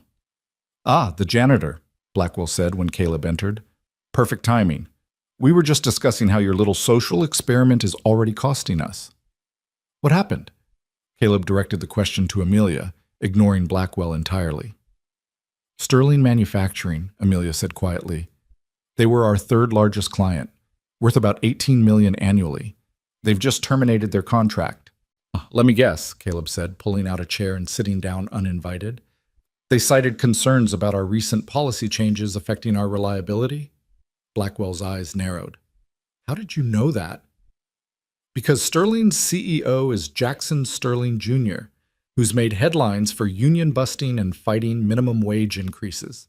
A company that treats employees with dignity threatens his entire business model. Of course, he'd cut ties. Caleb looked at Amelia. Did he give a stated reason? He said our instability and unpredictable management decisions made us an unreliable partner. Amelia's voice was steady, but there was strain underneath. He also suggested that our new bleeding heart policies would inevitably compromise our efficiency. See? Blackwell gestured triumphantly. This is exactly what we warned you about. The market doesn't reward compassion. It punishes it. Sterling was just the first. How many other clients are going to follow once word spreads that we're more concerned with employee feelings than delivering results? Sterling was a toxic client anyway, Caleb said. I've seen the contract files. They demanded overtime from our staff without proper compensation, insisted on turnaround times that required people to skip breaks, and threw tantrums when we enforced basic labor standards. Losing them isn't a loss. It's addition by subtraction. $18 million is addition by subtraction? Patricia's voice dripped sarcasm. What kind of business logic is that?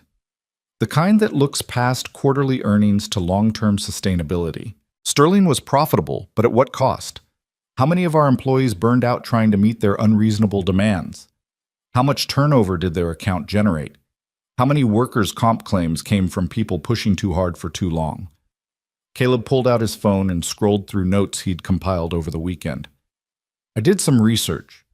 In the 2 years we've had Sterling's contract, the departments servicing their account have had turnover rates 40% higher than company average. Workers' comp claims up 63%, stress-related absences up 71%. We were bleeding money, and people trying to keep them happy. Blackwell waved this away dismissively. Those are acceptable costs of doing business with major clients. You manage the personnel issues and maintain the relationships. You burn through human beings like kindling and call it management strategy, Caleb corrected. That's not sustainable. Eventually, you run out of people willing to be destroyed for your profit margins. This is insane, one of the other board members said. Thompson, Caleb thought his name was.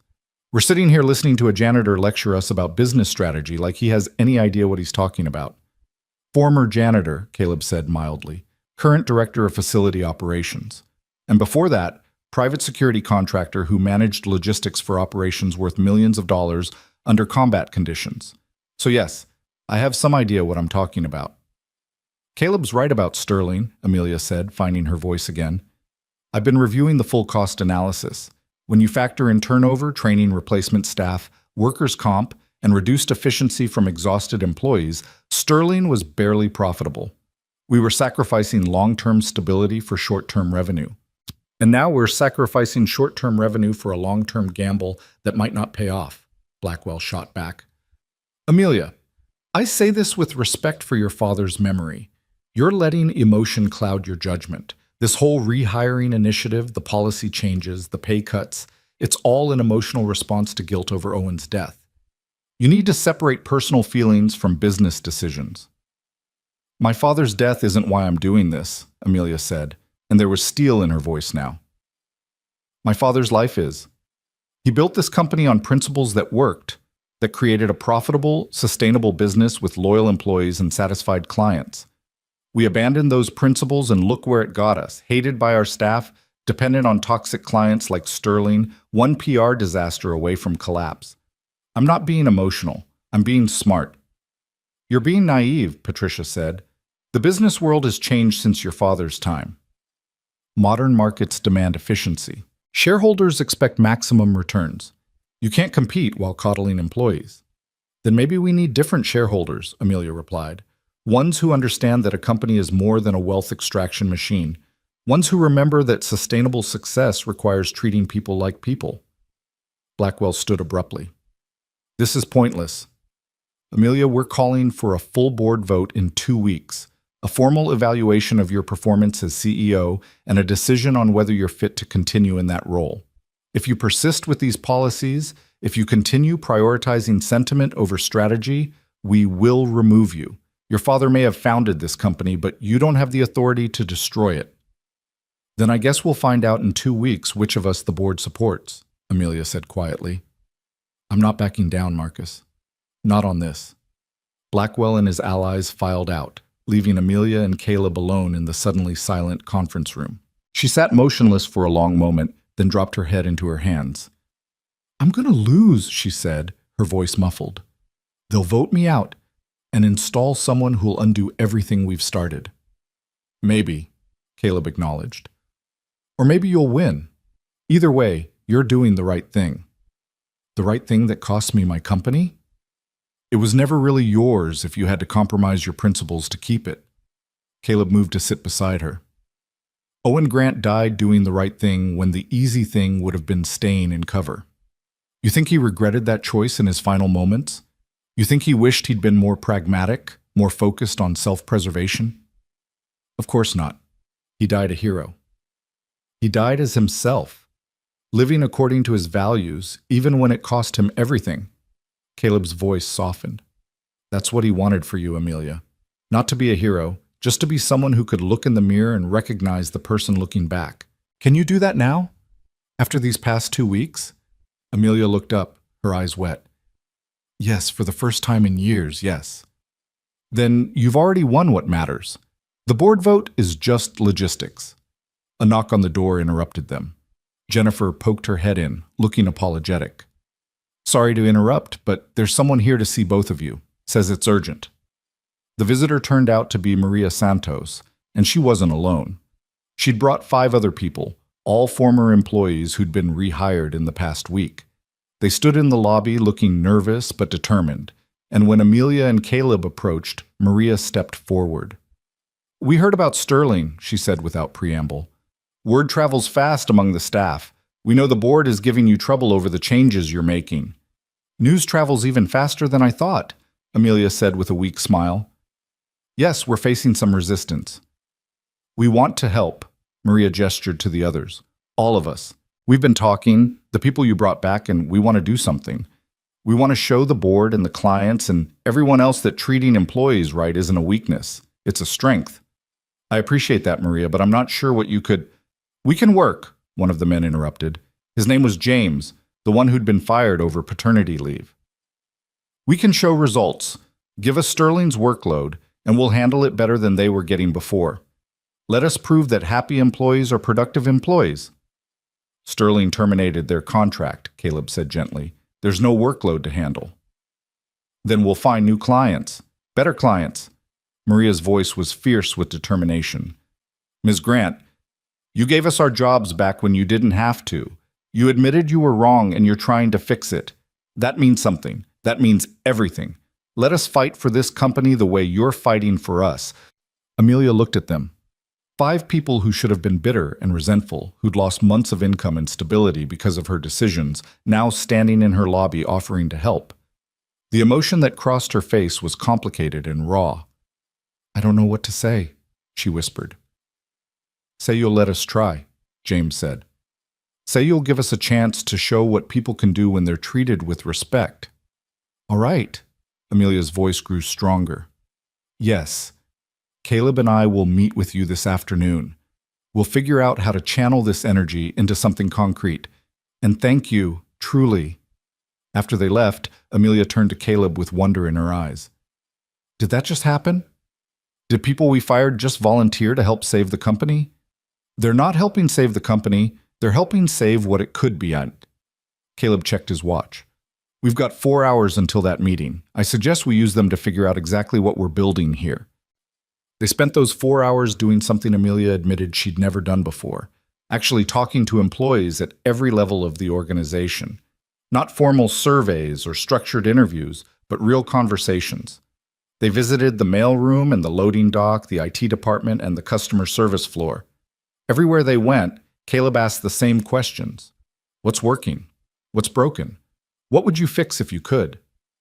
The answers were illuminating and heartbreaking in equal measure. People were desperate to be heard, to have their expertise valued, to feel like they mattered. And they had ideas. God, they had so many ideas. Solutions to problems management didn't even know existed, efficiencies that could save thousands of dollars, improvements that could enhance both productivity and quality of life. Why didn't anyone tell me this before? Amelia asked after their 6th conversation, this one with a customer service representative who'd outlined a simple software change that would cut call handling time by 30%. Because you never asked, Caleb said simply. And because when people tried to suggest improvements, they were usually shut down or ignored. After a while, they learned to stop trying. We're going to change that. Today. Amelia pulled out her phone and called Jennifer. Clear my calendar for the rest of the week. Set up an open forum. Call it a listening session.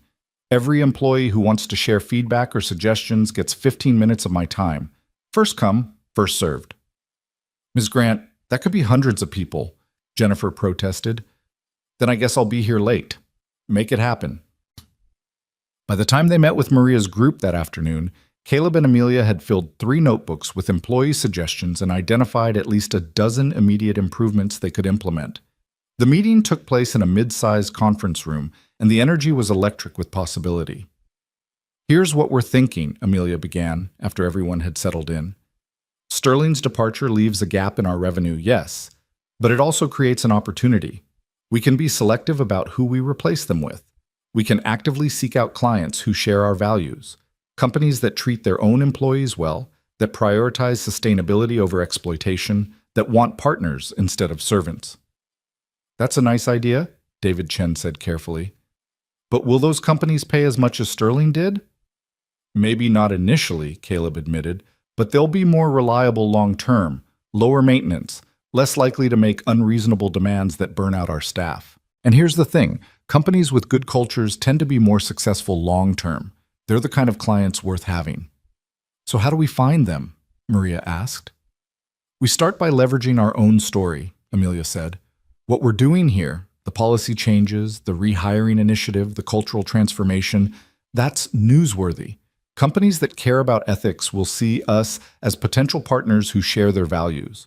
We're not hiding what we're doing. We're using it as a differentiator. Over the next 2 hours, they hammered out a strategy.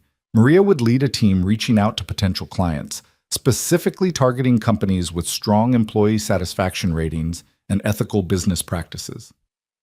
James would work with HR to document the improvements in turnover and productivity they were already seeing from the policy changes. David would create a digital platform for employees to submit suggestions and track their implementation, turning good ideas into measurable results. This is going to require all of us working together, Amelia said as the meeting wound down. Management and staff, executives and line workers. No more hierarchy where good ideas only count if they come from people with fancy titles. We're all in this together. My father used to say that, a quiet voice said from the doorway. Everyone turned to see Richard Morton standing there, leaning on his cane. Owen used to say a company was like a body. Every part matters, from the brain to the hands to the feet. You can't function if you're only paying attention to one piece. Richard, Amelia stood. I didn't know you were here. I came to check on you after this morning's ambush. Richard moved into the room slowly, his age showing in the careful way he navigated. I wanted to make sure Blackwell hadn't crushed your spirit. He tried, but I had help. Amelia gestured to the people around the table. Richard looked at them each in turn, then smiled. Owen would love this. You know what he always said was his proudest moment? What? There was a year, 2009, I think, when we almost went under. Financial crisis hit us hard. We were looking at massive layoffs, maybe even bankruptcy. Owen called an all-hands meeting and laid out the situation honestly. Told everyone we had two choices, cut staff by 40%, or everyone takes a 20% pay cut to keep all jobs intact. He put it to a vote. Richard's eyes grew distant with memory. Every single person voted for the pay cut. Every one. They chose to sacrifice their own income rather than see their colleagues lose their jobs. Owen cried during that meeting. Grown man, decorated veteran, CEO of a major company, standing there with tears running down his face because he was so proud of what people chose. The room was completely silent. That's the company he built? Richard continued. One where people cared about each other, where loyalty went both ways, where doing right mattered more than doing well. You're building that again, Amelia, and it scares the hell out of people like Blackwell because it shows there's another way, a better way. Will it be enough? Amelia asked. To convince the board? To win the vote? I don't know. But I know this. Owen didn't die wondering if doing the right thing would work out in his favor. He died knowing he'd done what his conscience demanded. That's the only certainty any of us gets. Richard gripped his cane and straightened. Fight for this. Fight hard. I'll do everything I can to help. But even if you lose the vote, you'll have won something more important. After he left, the group sat in contemplative silence until Maria spoke up. We're not going to lose. We're going to fight, and we're going to win, because we're fighting for something that actually matters. Damn right, James agreed. When's this board vote? 2 weeks from today, Amelia said. Then we've got 2 weeks to prove them wrong, to show concrete results from treating people right. Let's get to work. The next 2 weeks were the most intense of Caleb's life, and he'd survived firefights in Afghanistan. The listening sessions Amelia had initiated became a tidal wave of employee engagement. People lined up for hours to share their insights, their grievances, their ideas for improvement. Some conversations were difficult. There was anger and pain that needed to be acknowledged. But more were hopeful, energizing, full of the kind of innovation that comes when people feel genuinely heard. Maria's outreach team made contact with 17 potential clients in the first week. By the end of the second week, they'd secured meetings with 7 and signed preliminary agreements with 3. The contracts weren't as large as Sterling's had been, but they were solid, ethical companies that treated their own employees well and expected the same from partners. The productivity metrics were even more dramatic. Turnover in the departments where rehired employees had returned dropped by 47%. Workers' comp claims fell by 32%. And perhaps most surprisingly, efficiency actually improved. When people weren't exhausted and scared, they worked better. Caleb documented everything meticulously, building a case that could counter Blackwell's arguments with hard data. But he also did something else. He started recording the stories. Video testimonials from employees about how the changes had affected their lives. Maria talking about being able to afford an apartment for her family again. James describing what it meant to have been at his son's birth without fear of losing his job. David explaining how being vindicated after wrongful termination had restored his faith in justice. The night before the board vote, Caleb worked until nearly midnight putting together a presentation that told the story in numbers and narratives. When he finally got home, Lily was asleep, but Mrs. Chen was waiting up. Big day tomorrow? She asked in her gentle, accented English. Very big. Could change everything. You'll do fine. You're a good man, like soldier who saved your life. Same heart. She patted his arm. Lily made you something on table. Caleb found it waiting for him. Another drawing, this one showing 2 figures side by side. One wore a military uniform, the other a suit and tie. Between them was a heart, and above it Lily had written, "Heroes help each other." He stood there looking at it for a long time, thinking about Owen Grant's last words, about promises kept and battles fought, about his daughter's uncanny ability to see straight to the heart of things. Then he texted Amelia, "Ready for tomorrow?" Her response came immediately, "Terrified, but ready." "Your father would be proud." "I'm proud. Thank you for everything, for keeping your promise even when I made it impossible, for not giving up." "That's what honor looks like," Caleb typed back. "See you tomorrow." The boardroom was packed when they arrived the next morning. All 12 board members were present, plus several major shareholders who'd demanded to attend. Richard Morton sat near the head of the table, his expression carefully neutral. Blackwell wore the confidence of someone who believed he'd already won. Amelia stood at the head of the table, and Caleb could see the tension in her shoulders, the way her fingers worried the dog tag chain she still wore. But her voice was steady when she spoke. "Thank you all for being here. I know there are concerns about the direction I've taken this company in recent weeks. I'd like to address those concerns directly." She nodded to Caleb, who pulled up the first slide of their presentation. For the next 45 minutes, they laid it all out. The numbers showing improved productivity and reduced turnover. The testimonials from employees and new clients. The cost-benefit analysis proving that ethical treatment of workers wasn't just moral, but profitable. The projections showing where they'd be in 6 months, a year, 5 years, if they stayed this course. "You're gambling with this company's future," Blackwell said when they'd finished. "These results are preliminary. 2 weeks isn't enough time to establish trends. You're asking us to bet everything on a philosophy that might sound nice but hasn't proven sustainable." "No," Amelia said firmly. "I'm asking you to bet on people, on the idea that treating employees with dignity creates better outcomes for everyone. Workers, management, shareholders. My father built a successful company on that principle. We abandoned it and became hollowed out, dependent on toxic clients and burning through staff. I'm trying to rebuild what should never have been destroyed." "Sentiment doesn't pay dividends," Patricia said. "Neither does high turnover and reputational damage," Richard interjected. "I've run the numbers independently. Amelia's approach is actually more financially sound than what we've been doing. We were chasing short-term gains while creating long-term instability." "With all due respect, Richard, you're biased by your friendship with Owen," Blackwell said. "And you're biased by your investment portfolio," Richard shot back. "You want maximum short-term returns because you're planning to sell your shares in the next 2 years. You don't care about long-term sustainability because you won't be here to see the consequences." The room erupted in argument. Accusations flew back and forth, voices rising as board members chose sides. Through it all, Amelia stood silent at the head of the table, and Caleb saw something remarkable happen. Her fear transformed into certainty. Her doubt became conviction. Whatever happened next, she knew she'd done the right thing. "Enough," she said quietly, but somehow the word cut through the chaos. "Let's vote.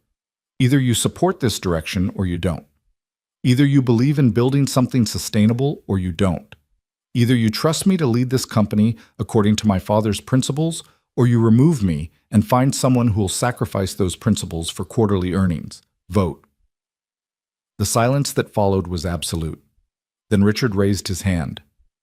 "I vote to support Amelia's continued leadership and the current policy direction." 3 other hands went up immediately. Then a 5th, hesitant but firm. That made 5 out of 12. Blackwell's hand shot up in opposition, followed by Patricia's and 2 others. 4 against. 3 board members remained, Thompson and 2 others Caleb didn't know well. They looked at each other, looked at the data still displayed on the screen, looked at Amelia standing resolute at the head of the table. Thompson cleared his throat. "I came here today prepared to vote against you, Amelia. I thought you'd lost your mind, let grief cloud your judgment. But these numbers," he gestured at the presentation. "And more than that, the energy in this building. I've been on this board for 8 years and I've never seen employees actually enthusiastic about the company they work for. That has value, real value." His hand went up. "I support continued current leadership." The remaining 2 board members looked at each other one more time. Then, almost in unison, they raised their hands, 7-4. Amelia had won. The relief that crashed through Caleb was so intense he actually felt dizzy. Beside him, Amelia swayed slightly, gripping the table for support. Richard was smiling broadly, while Blackwell looked like he'd swallowed something toxic. "This isn't over," Blackwell said, standing abruptly. If results don't continue, if profitability drops, we'll revisit this decision. Fair enough, Amelia said. But Marcus? Maybe you should consider whether this company is right for you anymore. If you truly believe profit and principle are mutually exclusive, there are plenty of other places that share that philosophy. You don't have to stay somewhere you fundamentally disagree with the mission. It was a polite way of telling him to leave, and everyone in the room knew it. Blackwell's face reddened, but he simply gathered his papers and walked out, Patricia trailing behind him. After the board members dispersed, Amelia collapsed into a chair, her carefully maintained composure finally cracking. We won. Oh my God, we actually won. You won, Caleb corrected. You stood up for what you believed in and convinced enough people it was worth fighting for. We won, Amelia insisted. None of this happens without you, without the promise you kept, the truth you told, the way you've guided me through this transformation. Richard approached, leaning heavily on his cane. Owen would be so proud of you both. This is the company he dreamed of, not just profitable, but meaningful, worth more than the sum of its revenue streams. Richard, thank you, Amelia stood and hugged him, for supporting me even when it was risky. Supporting you wasn't risky, it was right. He smiled.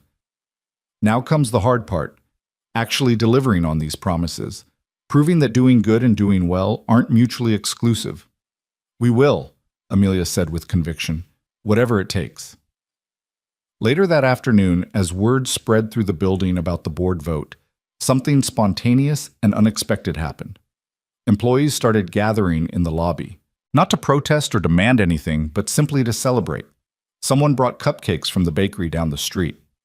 Someone else started playing music from their phone. And gradually, impossibly, a party formed. Amelia and Caleb came down from the executive floor to find hundreds of people smiling, laughing, actually enjoying being at work. Maria saw them and started clapping. Others joined in until the entire lobby was filled with applause. Speech, someone called out. Others took up the cry. Speech, speech. Amelia looked terrified. Caleb nudged her forward gently. Tell them the truth. She stepped forward and the crowd quieted. I don't really know what to say except thank you. Thank you for giving me a second chance, for believing that this company could be better, for proving that treating people with dignity isn't weakness, it's strength. Her voice caught. My father built something beautiful here, and I almost destroyed it. But you, all of you, you're helping me build it back. Not the way it was, but the way it should have been all along. So thank you for your patience, your ideas, your willingness to fight for something that matters. To Grant and Company, someone shouted. The way it should be. The cheer that went up rattled the windows. Caleb stood at the edge of the crowd, watching it all, and felt his phone buzz. A text from Lily. Did you win your big meeting? He typed back. Yes, we won. I knew you would. Heroes always win when they're fighting for good things.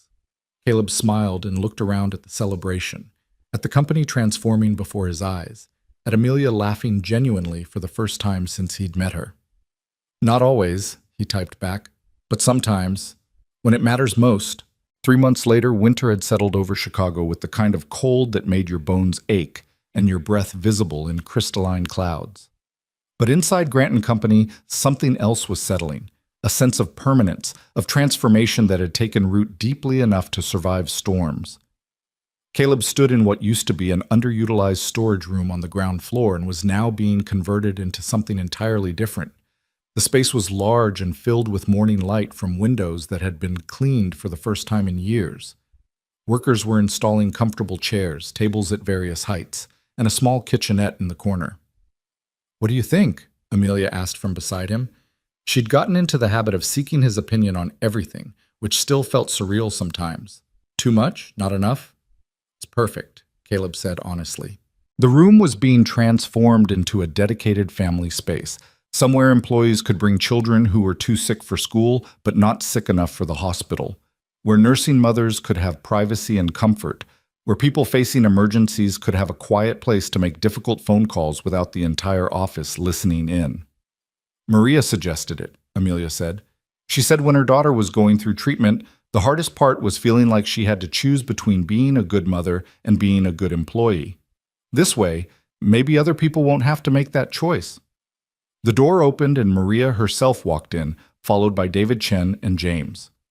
They'd become informal leaders of what was now being called the Culture Committee, a group of employees from every level who met weekly to identify problems and propose solutions. Caleb had learned more about the actual functioning of Grant & Company from these meetings than from any management report. "The furniture arrives tomorrow," Maria announced, "and we've got 12 volunteers willing to staff the room on rotating schedules, providing childcare, or just being present if someone needs help. All volunteer hours counted as professional development for their personnel files." "That's incredibly generous," Amelia said. "That's what happens when people actually care about where they work," James replied with a grin. "Novel concept, I know." David pulled out his tablet. "I've got the latest numbers from the suggestion platform. We've implemented 47 employee ideas in the past 3 months. Average time from submission to implementation is 11 days. Employee engagement scores are up 62%. Voluntary turnover is down to almost nothing. We've lost 3 people in 3 months, and 2 of those were retirements that had been planned for years." "What about revenue?" Amelia asked. It was the question she asked less frequently now, but still needed answering. The board, minus Blackwell and Patricia, who'd both resigned in December, required quarterly updates showing that compassion wasn't coming at the cost of competence. "Up 18%, David said with satisfaction. "Turns out when people aren't exhausted and miserable, they work better." "Who knew?" "And the new clients?" Caleb asked. "Expanding. We've signed 8 more companies in the past month alone, all drawn by our reputation. There's actually a waiting list now of businesses that want to partner with us specifically because of how we treat our employees." Maria shook her head in wonder. 6 months ago, we were dependent on toxic clients like Sterling. Now we're turning down work because we have more opportunities than capacity." "Then we need to hire more people," Amelia said immediately.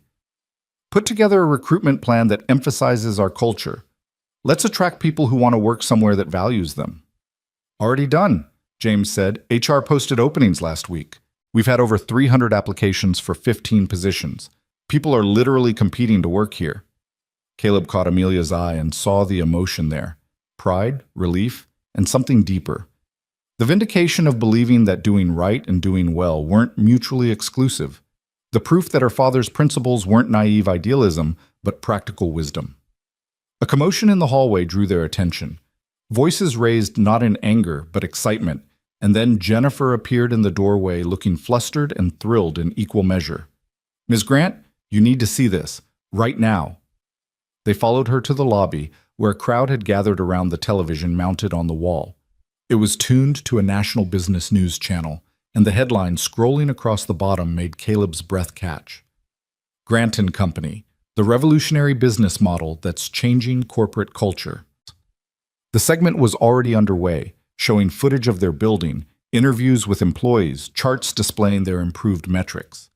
The anchor was speaking with genuine enthusiasm rather than the cynicism that usually colored corporate coverage. "What we're seeing here is something remarkable," the anchor said. "A mid-sized company that decided to prioritize people over profit and discovered that doing so actually increased profit. Since implementing comprehensive family leave policies, worker support programs, and radical transparency, Grant & Company has seen productivity increase by 23%, turnover decrease by 70%, and revenue grow by nearly 20%. Other companies are taking notice." The screen cut to an interview with a business professor from Northwestern. The Grant & model, as it's being called, challenges fundamental assumptions about corporate efficiency. "We've been operating under the belief that you have to squeeze workers to extract maximum value. Grant & is proving the opposite, that investing in worker well-being creates value. It's not just feel-good policy, it's sound business strategy." "How did they—" Amelia started. "I may have sent our data to a few journalists," David said sheepishly. "Figured if we're going to revolutionize corporate culture, we might as well let people know about it." The segment continued, showing more footage, more interviews. And then Amelia appeared on screen from an interview Caleb hadn't even known she'd given. She was sitting in her office, the photograph of her and her father visible on the desk behind her. "My father built this company on the principle that people aren't resources to be exploited. They're the actual foundation of any successful enterprise," she was saying on the television. "I forgot that for a while." Got caught up in metrics and margins and forgot that every number on a spreadsheet represents a human being with a family, with struggles, with dignity that deserves respect. Remembering that didn't make us weaker. It made us stronger. The interviewer's voice came from off camera. Some critics say this model isn't scalable, that it only works for smaller companies. What do you say to that? I say they're making excuses, Amelia replied. Yes, it requires actual effort. Yes, it means accepting smaller profit margins in exchange for sustainability. Yes, it demands that leadership actually knows and cares about the people who work for them. But none of that is impossible. It's just harder than exploitation, and we've gotten lazy. We've accepted that cruelty is efficient when really it's just convenient. Strong words. My father died protecting people he'd only known for weeks because he believed every life had equal value. The least I can do is run a company that operates on the same principle. Amelia's voice was steady and certain. If we can't be decent to the people who make our success possible, we don't deserve that success. The lobby erupted in applause when the segment ended. People were crying, hugging, celebrating this public validation of what they'd been building together. Caleb watched Amelia's face as she took it in. The genuine affection of people who'd once feared her. The transformation of a company that had been dying from the inside out. Your father would be proud, he said quietly. I hope so. She touched the dog tags around her neck. She'd never stopped wearing them. I finally feel like I'm speaking the language he tried to teach me, the quiet one, where actions matter more than applause. Except you're getting applause anyway. That's just a side effect. Amelia smiled. The real reward is this. She gestured at the celebrating employees. Knowing they're not afraid anymore, knowing they can bring their whole selves to work without fear of being crushed for it. Later that evening, after the excitement had died down and most people had gone home, Caleb found himself back in his office staring at the files he'd kept for so long. The recordings and documents from his 18 months as a janitor, the evidence of all the things that had been wrong. He'd never needed to use them. Never needed to expose Grant & Company's failures from the outside because Amelia had been willing to confront them from within. His phone rang. Tom, his old unit commander. I just saw you on national news, Tom said without preamble. The janitor who became an executive and helped transform a company. That's wild, man. It's been a strange year, Caleb admitted. Owen Grant would be proud. Hell, I'm proud. You kept your promise in a bigger way than either of you probably imagined. Tom paused. You're doing good work, Caleb, important work. Proving that doing right isn't just moral, it's practical. I had help. Amelia did the hard part. You both did. That's how this stuff works. Nobody changes the world alone. Tom's voice turned more serious. How's Lily? Good. Great, actually. The new salary means I can afford better after-school programs. A tutor for math, the art classes she's been wanting. She's thriving. Good. That's what matters. That little girl having her dad present and providing for her. Tom laughed. Owen's promise led you somewhere good. After they hung up, Caleb sat in his office looking out at the Chicago skyline. Lights were coming on across the city as evening settled in, millions of people in their own struggles and triumphs. He thought about the strange path that had brought him here, from Afghan battlefields to janitorial closets to executive offices. About promises made and kept, about honor being a quiet language that spoke through actions rather than words. His computer dinged with an email. The subject line read, From Kandahar with gratitude. Caleb opened it carefully. It was from someone named Hassan Ahmed, and the message was brief. I was an interpreter with Captain Grant's unit. I heard about what you are doing for his daughter and his company.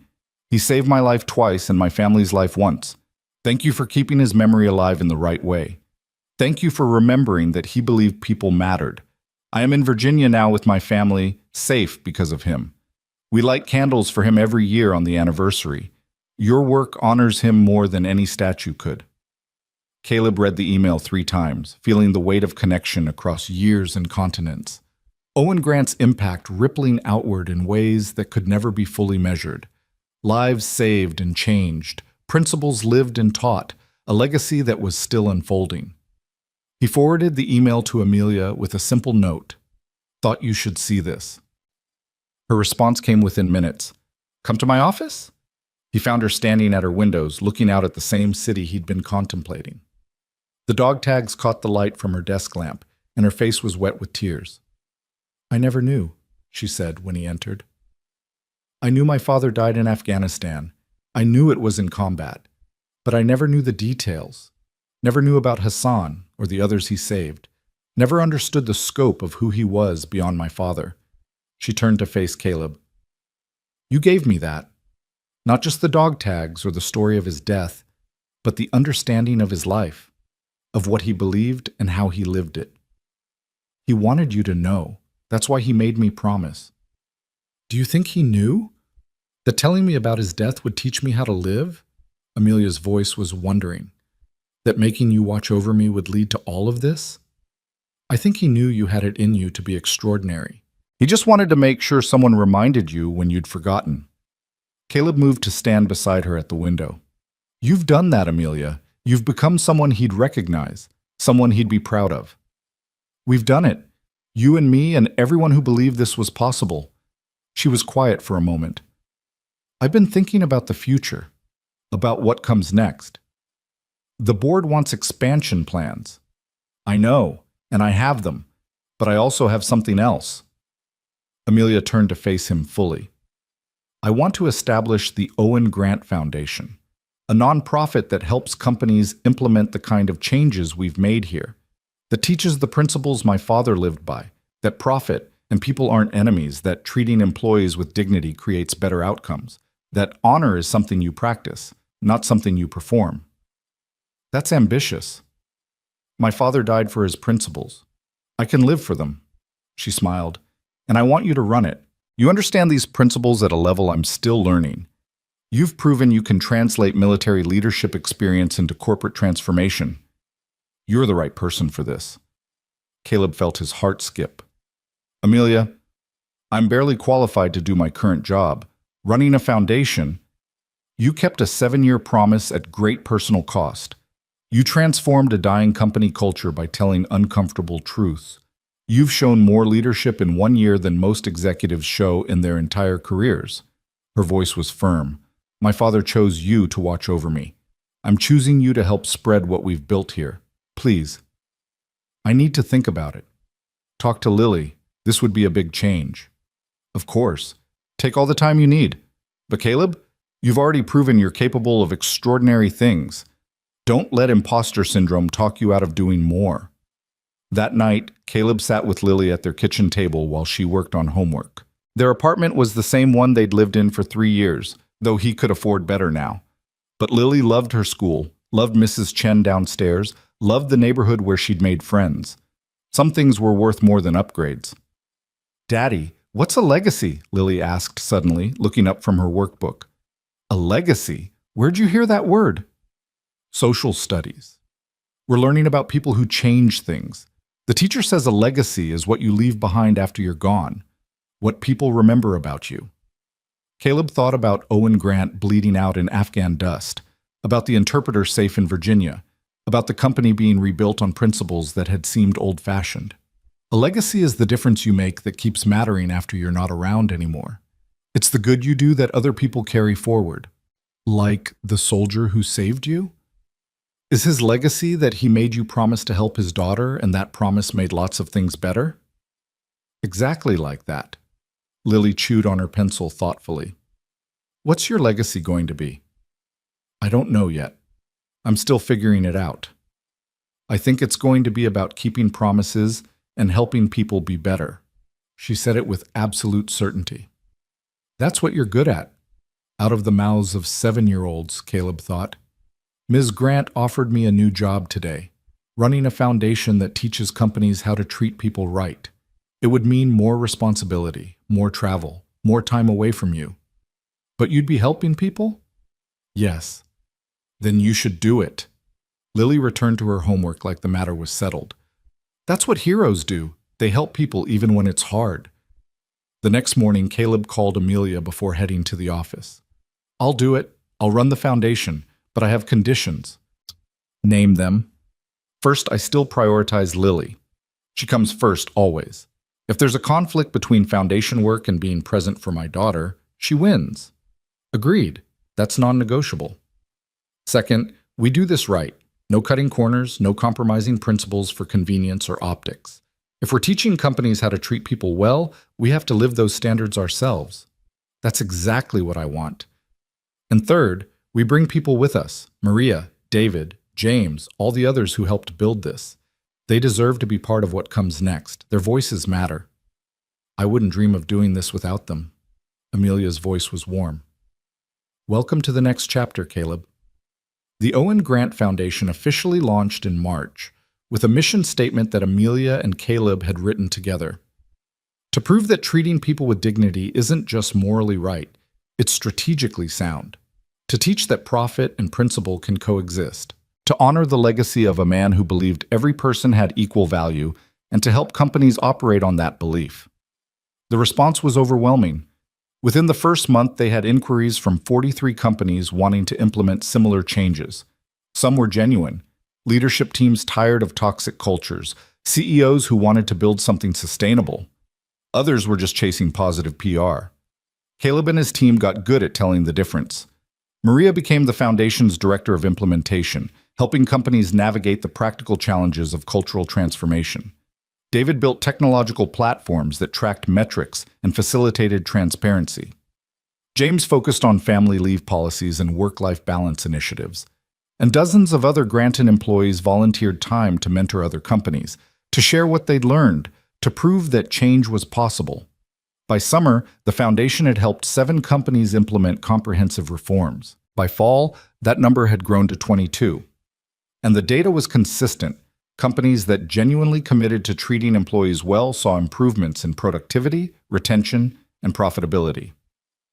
The Granton model wasn't just idealistic, it worked. Caleb found himself speaking at conferences, being interviewed for business journals, consulting with CEOs who'd spent years operating one way and were now desperate to find another path. It was surreal and exhausting and deeply fulfilling. He thought often of Owen Grant, wondered if the captain could have imagined his death leading to this, not just saving his daughter, but helping reshape how companies thought about the people who worked for them. One October afternoon, nearly 8 years to the day since Owen Grant had died in Afghanistan, Caleb and Amelia stood in what had once been an empty lot in a struggling Chicago neighborhood. It was now a park, green space with playground equipment and benches, trees still young but growing stronger. There was a small plaque near the entrance, but it wasn't what Caleb had expected. Instead of Owen Grant's name in massive letters, the plaque simply read, "This park honors all those who serve quietly. The teachers, janitors, caregivers, interpreters, and everyday heroes whose work makes our world possible. May we see them, value them, and learn from them." And underneath, in smaller letters, dedicated to the memory of CPT Owen M. Grant, who understood that honor doesn't need an audience.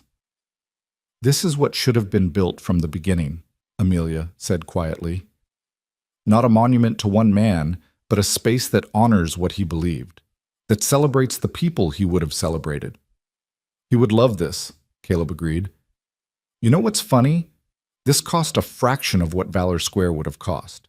And it's going to matter more. Kids will play here, families will gather, people will rest and read and exist without needing to prove their worth." She smiled. "Turns out being practical and being principled aren't mutually exclusive." Movement caught Caleb's eye, Lily running toward them with Mrs. Chen walking more slowly behind. His daughter had shot up over the past year, was starting to lose the round-faced softness of early childhood. But her grin was still the same, bright enough to light up the gathering dusk. "Daddy, look what we found!" She held up a perfect red leaf, autumn colors blazing. "Mrs. Chen says we can press it in a book and it'll stay beautiful forever." "That's right," Caleb said, kneeling down. "You preserve it so the beauty lasts." "Like you preserved the soldier's promise," Lily said. "You kept it safe until it could grow into something beautiful." Amelia made a sound that was half laugh, half sob. "Your daughter is remarkably wise." "She's an old soul," Caleb and Mrs. Chen said in unison, then laughed. They walked through the park together as evening settled over Chicago. And Caleb thought about journeys and destinations, about promises made in dust and blood that had blossomed into this: a park, a foundation, a company transformed, lives changed in ways both large and small. His phone buzzed with a text from Hassan Ahmed in Virginia. "Happy anniversary. We lit candles. Thank you again for everything." And another from Richard Morton. "Owen would be so damn proud of all of you. Wish he could see what you've built." And one more from a number he didn't recognize. "This is Rebecca from accounting. Just wanted to say thank you. My daughter asked me today what I do for work, and for the first time in my career I was actually proud to tell her. That's because of you and Ms. Grant. Thank you for showing us we deserved better." Caleb looked at Lily running ahead, at Amelia walking beside him still wearing her father's dog tags, at Mrs. Chen humming something in Mandarin, at the park that honored quiet heroes, at the city stretching endlessly in every direction full of people trying their best with whatever they had. 8 years ago, Owen Grant had pressed a dog tag into his hand and made him promise to find his daughter, to tell her about honor, to watch over her until she understood. Caleb had thought it was a simple promise: deliver a message, tell a story, fulfill a dying man's final wish. He hadn't understood that the promise would become his purpose, that watching over Amelia would mean helping her transform not just herself, but an entire company, and eventually dozens more. That Owen Grant's final lesson about honor being a quiet language would ripple outward in ways that touched thousands of lives. "What are you thinking about?" Amelia asked, noticing his distant expression. "Your father. How one person's principles can change so much, even after they're gone. How legacy works. Speaking of which," Amelia pulled out her phone and showed him an email. "This came in today. It's from the Secretary of Labor. They want to use Grant & Company and the foundation as a model for a national initiative on workplace dignity. They're calling it the Grant Standard." Caleb felt his throat tighten. "The Grant Standard? Named for my father, but really it's named for what you helped build. What all of us built together." She smiled through tears. "Turns out when you do the right thing loudly enough and successfully enough, people pay attention. Other companies are watching. The government is watching. We're actually changing how business works in this country. Your father would say that's not the point. The point is doing right because it's right, not for recognition." True. But I think he'd also say that if doing right publicly helps other people do right, then the recognition serves a purpose. Amelia looked at the park, at the plaque honoring quiet heroes. "We're speaking his language now, the quiet one. We're just doing it loud enough that others can learn it too." Lily came running back, breathless and grinning. "Daddy, can we come here every week? I love this park." "We can come as often as you want." "Good. Because I think this is where heroes come to remember why they became heroes in the first place." She said it with that unnerving 7-year-old wisdom that cut straight to truth. "It's quiet here, and you said the best heroes are the quiet kind." As twilight deepened and they prepared to leave, Caleb took one last look at the park, at the place that honored Owen Grant not with statues or spectacle, but with space for people to simply exist and be valued, at the physical manifestation of principles that had seemed naive but proved revolutionary. He thought about that October day in Afghanistan when everything had gone wrong and somehow, impossibly, led to this moment, about dog tags and promises, about daughters and legacies, about the strange alchemy that turned tragedy into transformation. And he thought about honor, not as a word or concept, but as a way of being, something you practiced in small moments and difficult choices, something that spoke in actions rather than announcements, a quiet language that, when enough people learned it, could change everything. "Ready to go home?" Amelia asked. "Yeah," Caleb said, taking Lily's hand. "Ready." As they walked away from the park, Lily started humming something, the same tune Mrs. Chen had been humming earlier, though she probably didn't realize it. A melody carrying forward, changing slightly, but keeping its essential character, like principles passed from generation to generation, like promises kept and renewed, like honor spoken in a quiet language that would outlast them all. Behind them, the park settled into evening stillness. The plaque caught the last of the daylight, its message simple and profound, that everyone who serves quietly deserves to be seen, that honor doesn't need monuments, that the best legacies are lived rather than carved in stone, and somewhere, in memory, In principle, in the countless lives changed by a dying man's final lesson, Owen Grant smiled. The promise was complete. The quiet language was being spoken, and the world was listening.